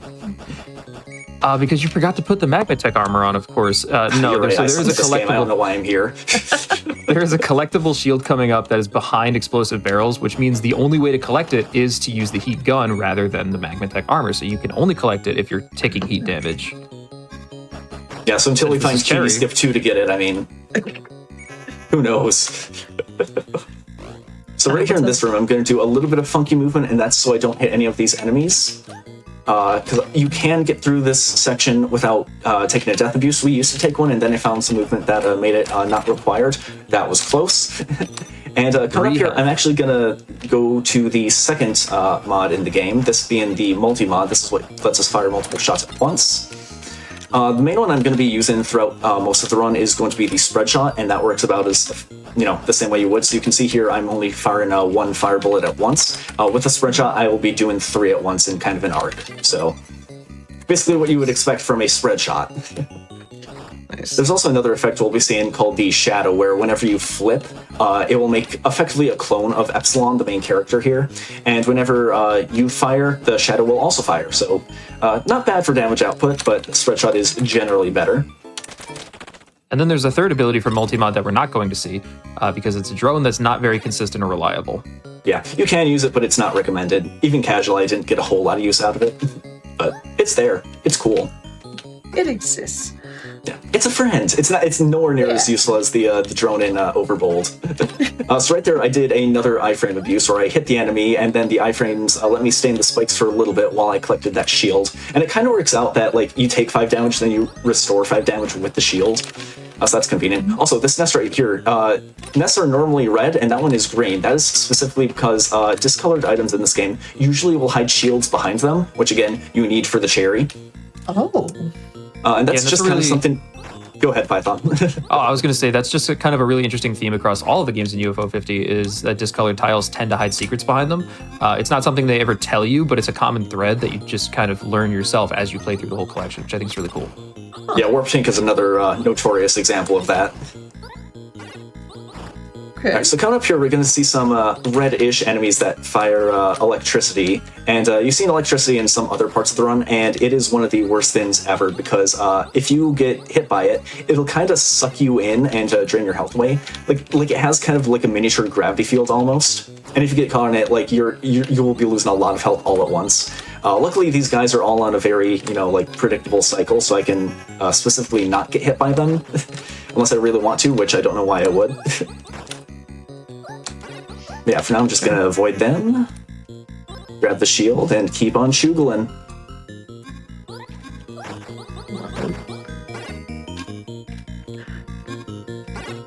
Well, I'd say while you're moving and grooving, just want to remind everybody, if you need to catch up on all the past Hotfix shows, any of the special events, like our neurodivergence and disabilities event we had just recently, which GG's to that, head on, or just general GDQ mainline marathons, head on over to youtube.com/gamesdonequick. If you're watching this on YouTube, hello from the past. Don't forget to like the video, subscribe, and turn on notifications to stay up to date with GDQ. Or, even better, head on over and watch us live over at twitch.tv/gamesdonequick, so you can interact with the super awesome chat that's going on right now. And if you have questions, I can throw them over to our wonderful runners. Sounds good. Right now we're about to pick up the third mod, the Pulse mod, and I'm going to go for a frame perfect trick that can save a second. We'll see if I get it here. Yes, I got it, dude! All right. What? So basically, because the Pulse mod already starts on where I want it to be when I enter the menu to equip it, if you cancel the menu as you enter the gene pod, the animation for it just won't play, and it saves like a second. Also, I'm going to take a Death Abuse here, specifically to reset my health for a boss in 2 rooms from now. You can also take a Death Abuse in the room with the boss fight proper. It just changes the pattern you have to deal with. Either is necessarily faster, it's just a matter of, which is your favorite flavor between the two. So this is another boss, pretty familiar face, except there's only one of them this time, so a little easier to manage, I would say. I promise we have more boss variety later. I don't know if we really touched on what the Pulse mod actually does here, but you get this kind of electric flip. It lets you go through these lightning gates. It also deals a decent amount of damage on any enemies you come in contact with. Yeah, we'll see more of that later. Also, you may have noticed that when I equipped 2 things to the gun, I got a warning message. What's that about, Python? Yes, so by default in this game, when you equip 2 mods to the same part of your body, whether they're both on gun or body or etc., you will have some sort of negative effect to go along with that called an overload. We're about to pick up an item called a weapon stabilizer, and what that does is allows you to have +1 mods on the same part of your body. So now your maximum is 2. You will not overload unless you put 3 mods on the same part of your body. Yeah, so before, whenever I shot a shot from the gun, it would do a little extra damage to me. But now that I have the stabilizer equipped, I don't have to worry about that, as you can see there. Is there a max of or is there a max you can put on, or does the overload increase with each subsequent attachment? I believe so, but I haven't tested it in a while, so I don't remember. Gotcha. Yeah, the game feeds you the stabilizers about at the same rate it feeds you the mods. So it's pretty unlikely you found 3 or 4 mods without finding at least one stabilizer. Yeah, there's a point later where we equip 3 mods to the gun, but at that point we have a second mod stabilizer as well, so it doesn't have that negative effect. Okay. But there are only 2 mod stabilizers in the whole game. I'm amazed I didn't hit those spikes, actually. That was really clean. But, Alright, so just doing some cleanup here in Latum Sector before we make our way back to Theta. yeah, right now it's just a little bit of cleanup. We will be back later. We're not done with this sector. We just need a little bit of extra collectage before we can do everything here. Collectage is now officially a word. Yeah, You heard it here first. I like that. Somebody in chat, speak for yourself. I found 4 mods before I found a stabilizer. I think I did too, casually. But yeah, for right now, speaking of mods, now we get to see the shadow in action. Only for that one button now, but we'll see more of it later. Yeah, it's kind of funny. There's a section of the game that kind of is like a tutorial for how to use the shadow clone, and then that pickup that Slam just got is the only other one in the game that requires it. Yeah. So this is our first clone material. Clones are effectively just this game's version of lives, and I'm going to intentionally take a death abuse here, and that will reset me outside the room after I've collected the clone material, so I don't need to go back and get it later. Also going to get that shield while I'm here, and then I'm going to restore the loadout I had right before I entered the Theta sector. And we're not going to stay in Theta for too much longer because we've got the Verde sector ahead of us here. And if you guys have any dance emotes or if you want to throw your cat jams in the chat in a second here, the music in the Verde sector is a bop.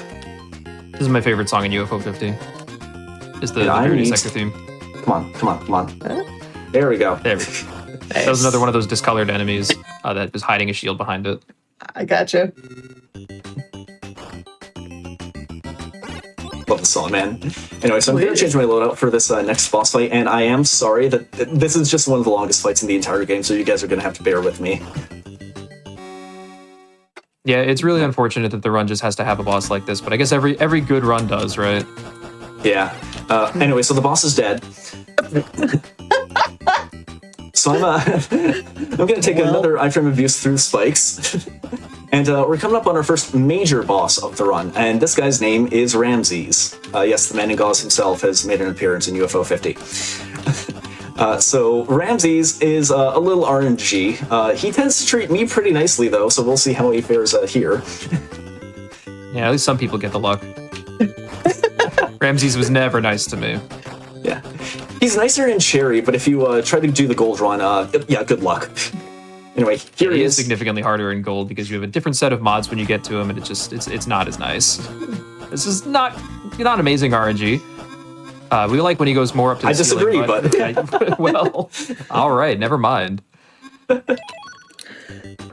So actually, when it comes to like gold and cherry, is one harder to get than the other? Typically, cherry is harder to get for most games. There are some cases where that's like not really the case, and I would actually say Vainger is one of those cases because I almost feel like cherry tends to be a little easier. Because you have more when it comes to the final boss. Yeah, but the final boss is a bit of a filter in this game. Casually, it's extremely difficult. Okay. Yeah, and in the gold speedrun, it's even worse. You're about to see Slam just walk into a room and do nothing. That is because map completion is required for cherry. So we need to walk into that room. Fair. Yeah. Also, I did get access code level 2. In case you weren't paying attention, don't worry, we did not miss access code level 1. I just sequence broke because there's a shortcut that you're not meant to know about your first time through the game, but since, believe it or not, this is not my first time through the game, I know it's there, and we can just skip getting access code level 1 anyway. We still need to enter the room that has it, but we don't need to collect it, so, hey. Fair. We take those dubs. So I'm finally on the way to collect the 4th flex mod in the run, which appropriately is called the Force mod. So 4th mod, Force mod, haha, funny how that works. And this one is really cool for multiple reasons. There are 2 main effects we'll be seeing. The first one is when it's equipped to the armor, you take very, very little in terms of spike damage. And we will be needing to go through spikes later in the run, so we definitely want it for that. On top of that, if it's equipped to the gravity flipper, you get something called a meteor stomp, and I'm not going to spoil what that does just yet, but just know that it comes in a lot of handy in vertical rooms. Okay. That said, we won't equip it just yet because we need to beat the next major boss, and this one is the Y Vainger. We are in the R Vainger right now. You know, hence the game's namesake. But this one is interesting because it's also in a Vainger suit, so it can also flip its own gravity, so she can attack us from the floor or the ceiling. She has a beam sword.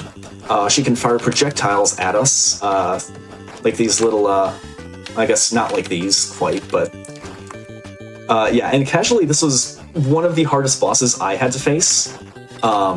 Then again, I might have gotten there a little earlier than I should have anyway, but I am definitely not at full health for this either, so we will see how this goes. Yeah, this can be a bit of a run killer. It kind of just determines whether your run lives or dies. Yeah, as you can see, very, very, very difficult. She's jumping all over the place, giving me such a hard time. Oh yeah, clearly. All right, that was scary. I think I'm looking at a different monitor right now. So anyway, what was that all about? Yeah, so you might have noticed in that room, it's a little different than a lot of other rooms in the game because the door is off the ground, but the gravity is putting you down, so you actually fall onto the ground. But you can flip in this game, so if you just flip before you hit the ground, the boss never turns on. It still has a hurt box, it still has hit points that you can reduce to 0, it just never activates. Nice. Yeah, so she just kind of stands there and tanks it. Yeah, fair. She's too intimidated by my aura. So anyway, we have the meteor stomp equipped now, so we're about to see what that does, because we have a vertical room right here, and some blocks to break through, so... Whee! Nice. Love Meteor Stomp. You've seen it once, now see it again. Whee! Yes! Such satisfying movement. Yeah, as you can imagine, like any vertical room, pretty much, this is a godsend. You just zoom right through. It makes movement horizontally a little weird, but I mean, like, if you know where to and to not use it, it doesn't really matter. Boy, it'd be nice if these guys would let me through, thank you. I said. This may be my least favorite room in the entire run. I'm in the same boat, almost. This room's cool, though.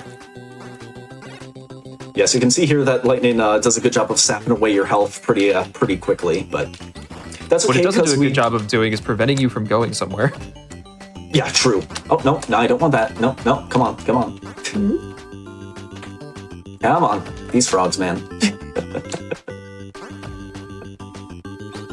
Alright, so right here, I'm also going to take a little bit more damage, because once I leave this room right here, I want to take another death abuse, because we'll be going through another electric gate. It's kind of a skip, but kind of not, because you can still go through it anyway, and it's kind of intended that you're able to. But you're meant to use the pulse flip for it, which we do not have equipped because we want the ability to shoot through walls right now, which takes up a different slot entirely, so we kind of have to pick our battles at... Hello, friend. What are you doing there? We love these enemies. Okay, at least that one's on a better cycle. Nice. Yeah, so anyway, this is the room with the electric gate I was talking about, and it also has a former runner. Hi, Red Robot. What are you doing here? All right, bye, Red Robot. Good to see you. Awesome runs earlier. Hold on.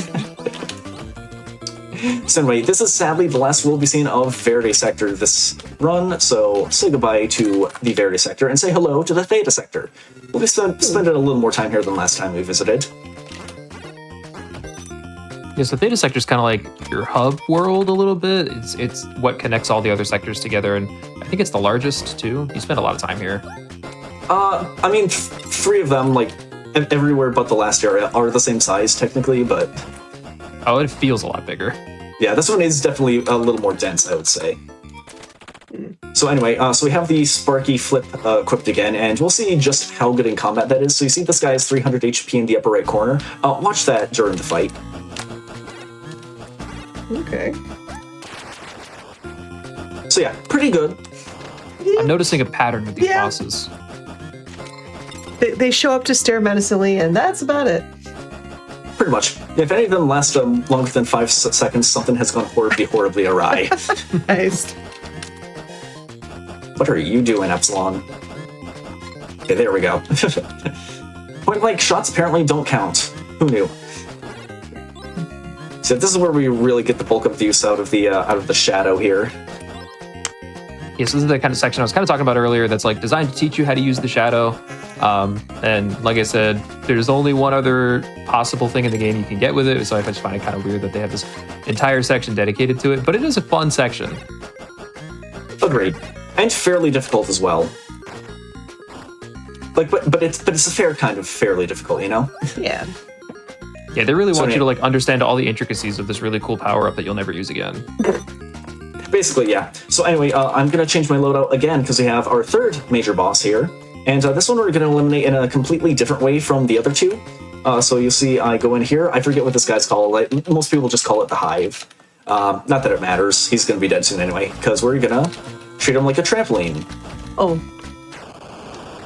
As one does. And that was a major boss. Oh. Well, in that case, instead of lasting like maybe 5 seconds, because it was a major boss, it lasted like 7. Yeah, exactly. It's acceptable here. Yeah. I'm sure he disagrees, but... Just a little bit. Just like it came and stole his lunch money and left. Yeah, pretty much. I mean, that's basically every boss in this game. True. Yeah, all the mods combine in just such interesting ways, and once you really know how to abuse them, health bars just don't exist anymore. Truly. Like, it's really interesting to see, like, which ones work best where. Like, there are some combinations, like, we don't even see in the speedrun because they're not, like... Ooh. Anyway, because they're not that fast. I meant to double tap there, and I did not double tap, and that's what happens when you, tap the wrong number of times with the Meteor Stomp. Yeah, Meteor Stomp is a bit of a double-edged sword. It's very fast, it's very cool, it can also just catapult you into spikes. And that's why I'm unequipping it here, for 3 main reasons. One, we're on our way to the 4th major boss, and the last one we need before we can access the final area. And there aren't really any vertical rooms to make use of it. There's one, but like all the horizontal rooms don't really make it worth it. Second, the movement, like I said before, is a lot weirder in the horizontal rooms when you have Meteor Stomp equipped. And third, there's a slight skip here that is a lot easier to manage. It's in this room right here. Yeah, just go past there, no problem. I actually got the full version of it too. Nice. Sometimes you take damage off of the spikes. That's really not easy to do without hitting the spikes. Yeah, because you need to make sure you don't hit the floor at all to get the full version of that, and there's like a very, very slim window where you can do that, so... Glad I got to show that off at least. Yeah. It saves what, like a quarter of a second? That's time Something save. like that. But it also saves like 5 HP, which we absolutely don't need to save, but hey, it's there. It's cool. Yeah. That's what really counts.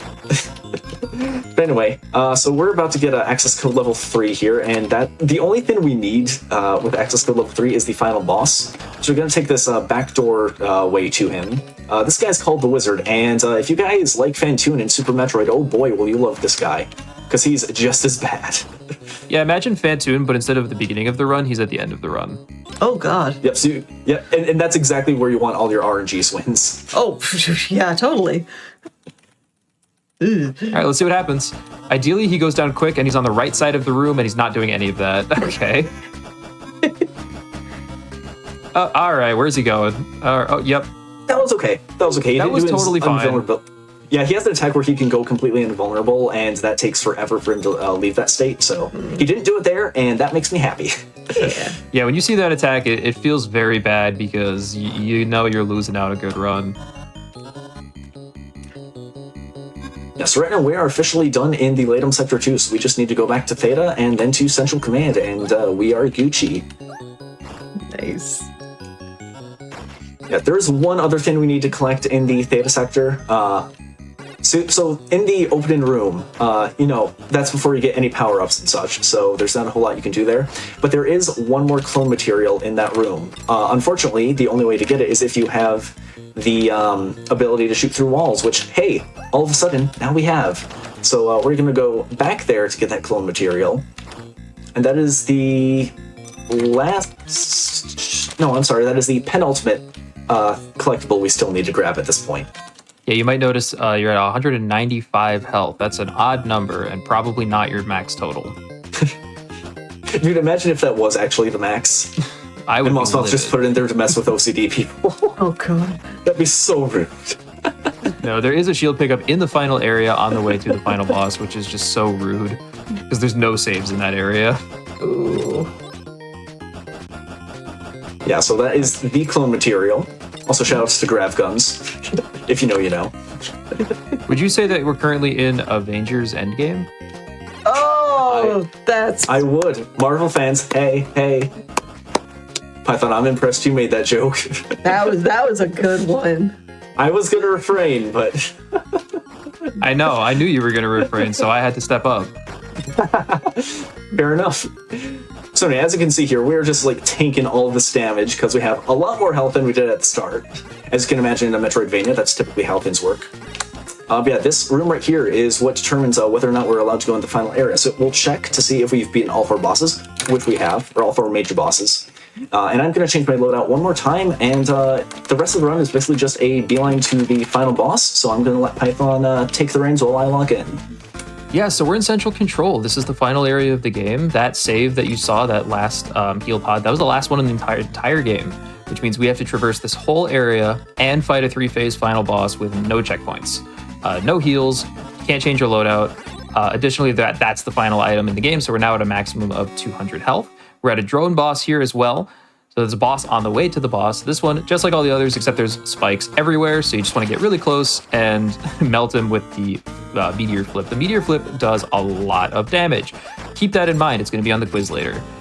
In that drone room, there was actually a shortcut that lets you get to the final boss faster, but because map completion counts for Cherry, we have to go the long way. There's going to be an intentional death here to reset our health. Ideally, Slam's going to want to enter the final boss around 180, 170-ish HP. So we're going to try to avoid as much damage as possible here because this is what we're going to be using against Hooper. Hooper being the final boss. Nice, 180. All right, so here we go. Let's give him this cutscene, and we'll get right into it. All right, so Hooper is a 3-phase boss. This is phase 1 here. His top half is armored and invincible, but you might notice dealing damage to it anyway. That's because the force flip ignores invincibility. This was a revolutionary discovery for the gold category. Anyway, so phase 1 already done. Just going to jump on his head, much like all the other bosses. Now, phase 2 is a little tricky. He's going to sprout these vine arms. We're going to get in between them and continue bouncing on his head. If you end up on the ground here, it's not the end of the world. It does take a little more time. Phase 3 is where, casually, you probably struggled with this boss. It's very difficult. He's invincible most of the time, but what did I already say about invincibility? Force flip negates it, and we're just going to, yeah, that's it. That was a pretty solid run. So time will end once the final cutscene starts after the black screen here. Let's get ready on that, and time. And we did get Cherry, so we collected everything. Jeez. Thank you. Look at me, Epsilon. I'm a monster now. I've become a monster. You let your greed consume you, Hooper. And that thing took advantage. Now, Yes, I see that only now that it's too late. I'm sorry. Goodbye. Dr. Epsilon removed their helmets and gazed at Hooper, eyes full of pity. And that is Vainger. now, you didn't get the new world record again, but you were heckin' close. Oh, gosh. 27:34. Wow. Let's see what the in-game time was there. So funny thing, Oh, jeez. I in preparation for this run, was doing practice runs on my stream the other day. World record a week ago was a 2750 or 2751, I believe. Had I not gotten a 2727 a few days ago, this would have been record. Oh my goodness. So I want to point out, this time is within 20 seconds of my summer best. That is wild. That was a very solid run. Yeah, that was amazing. I'm amazed. Dude, can you imagine it? If both times I've shown off this game in a Marathon Center and I got record. Well, it's like, it was funny because that was one of the first things, chat was watching that. They know you. They know you too well. They call me Uncle Big Stage Slam, of course. Speaking of big stage, in your shout-outs, I know where you're going to be in January because I'll be on a couch a couple feet behind you. Is that so? Right? Did I invite you? I think so. remember. Either that or I'm just going to roll up on there and say hi. Yeah, I'll accept it. Sweet. But yeah, give shout-outs, both of you, please. Yeah, Python, I'll let you go first, man. I shout out to the entire UFO 50 community for just being super awesome. Yeah, that's all I have to say. I'll be there too. I'll be on your back couch cheering you on. I would be insulted if you didn't, but yeah, I guess before I get to my shout outs proper, yes, watch AGDQ 2026 come up, especially Awful Block, especially Dizzy Hero in Awful Block, because 2/3 of the people on call right now will be there, and you won't want to miss it. Also, the game is ridiculous. Yeah, it is. But yeah, that aside, I stream at twitch.tv/IamUncleSlam. On YouTube, I'm youtube.com/@UncleSlam. I somehow was able to get rid of the I am there, so big ups there. I run UFO 50. I'm on other games here and there. I've recently been going through Pac-Man Worlds Repack 2. I think that's the title, because I'm also going to be on commentary for that couch at GDQ for that race, so that'll be fun.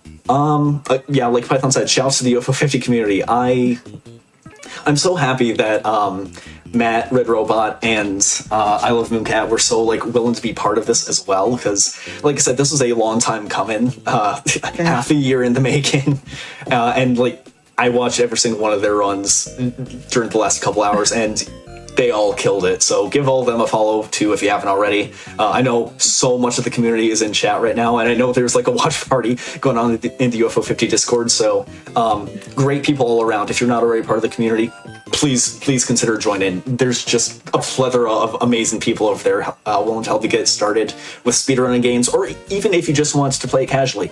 People are more than willing to help out however they can there. We have a bingo league like some of the others were saying too. Lots of stuff to go on here. So I think that's it. Y'all are awesome. Yeah, no, you're awesome. All of you we're so awesome today. Give GG's one more time for everybody that came out for this fantastic episode, this fantastic UFO 50 episode of Express Lane. And Slam, real talk, yeah, we're doing round 2 at some point. So, oh heck yeah, before 6 months, we'll do it sooner than that, because yeah, I'm definitely obsessed. And like I said, I bought it during this episode, so y'all should too. And just shout out to the community as well. It's been so fun and so wholesome to see everybody just coming out for this.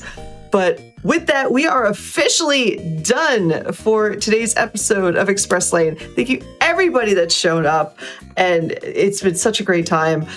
For those that missed out on Hidden Heroes or are just stopping by for Express Lane, do not worry, we've got you covered, because we are just going to replay both of these episodes shortly, and then tomorrow, starting at 7 p.m. Eastern, tune in again. Twitch.tv/GamesDoneQuick, and you could be seeing the next episodes of Crosshair and Speedruns from the Crypt. So until next time, I will see you in 2 weeks.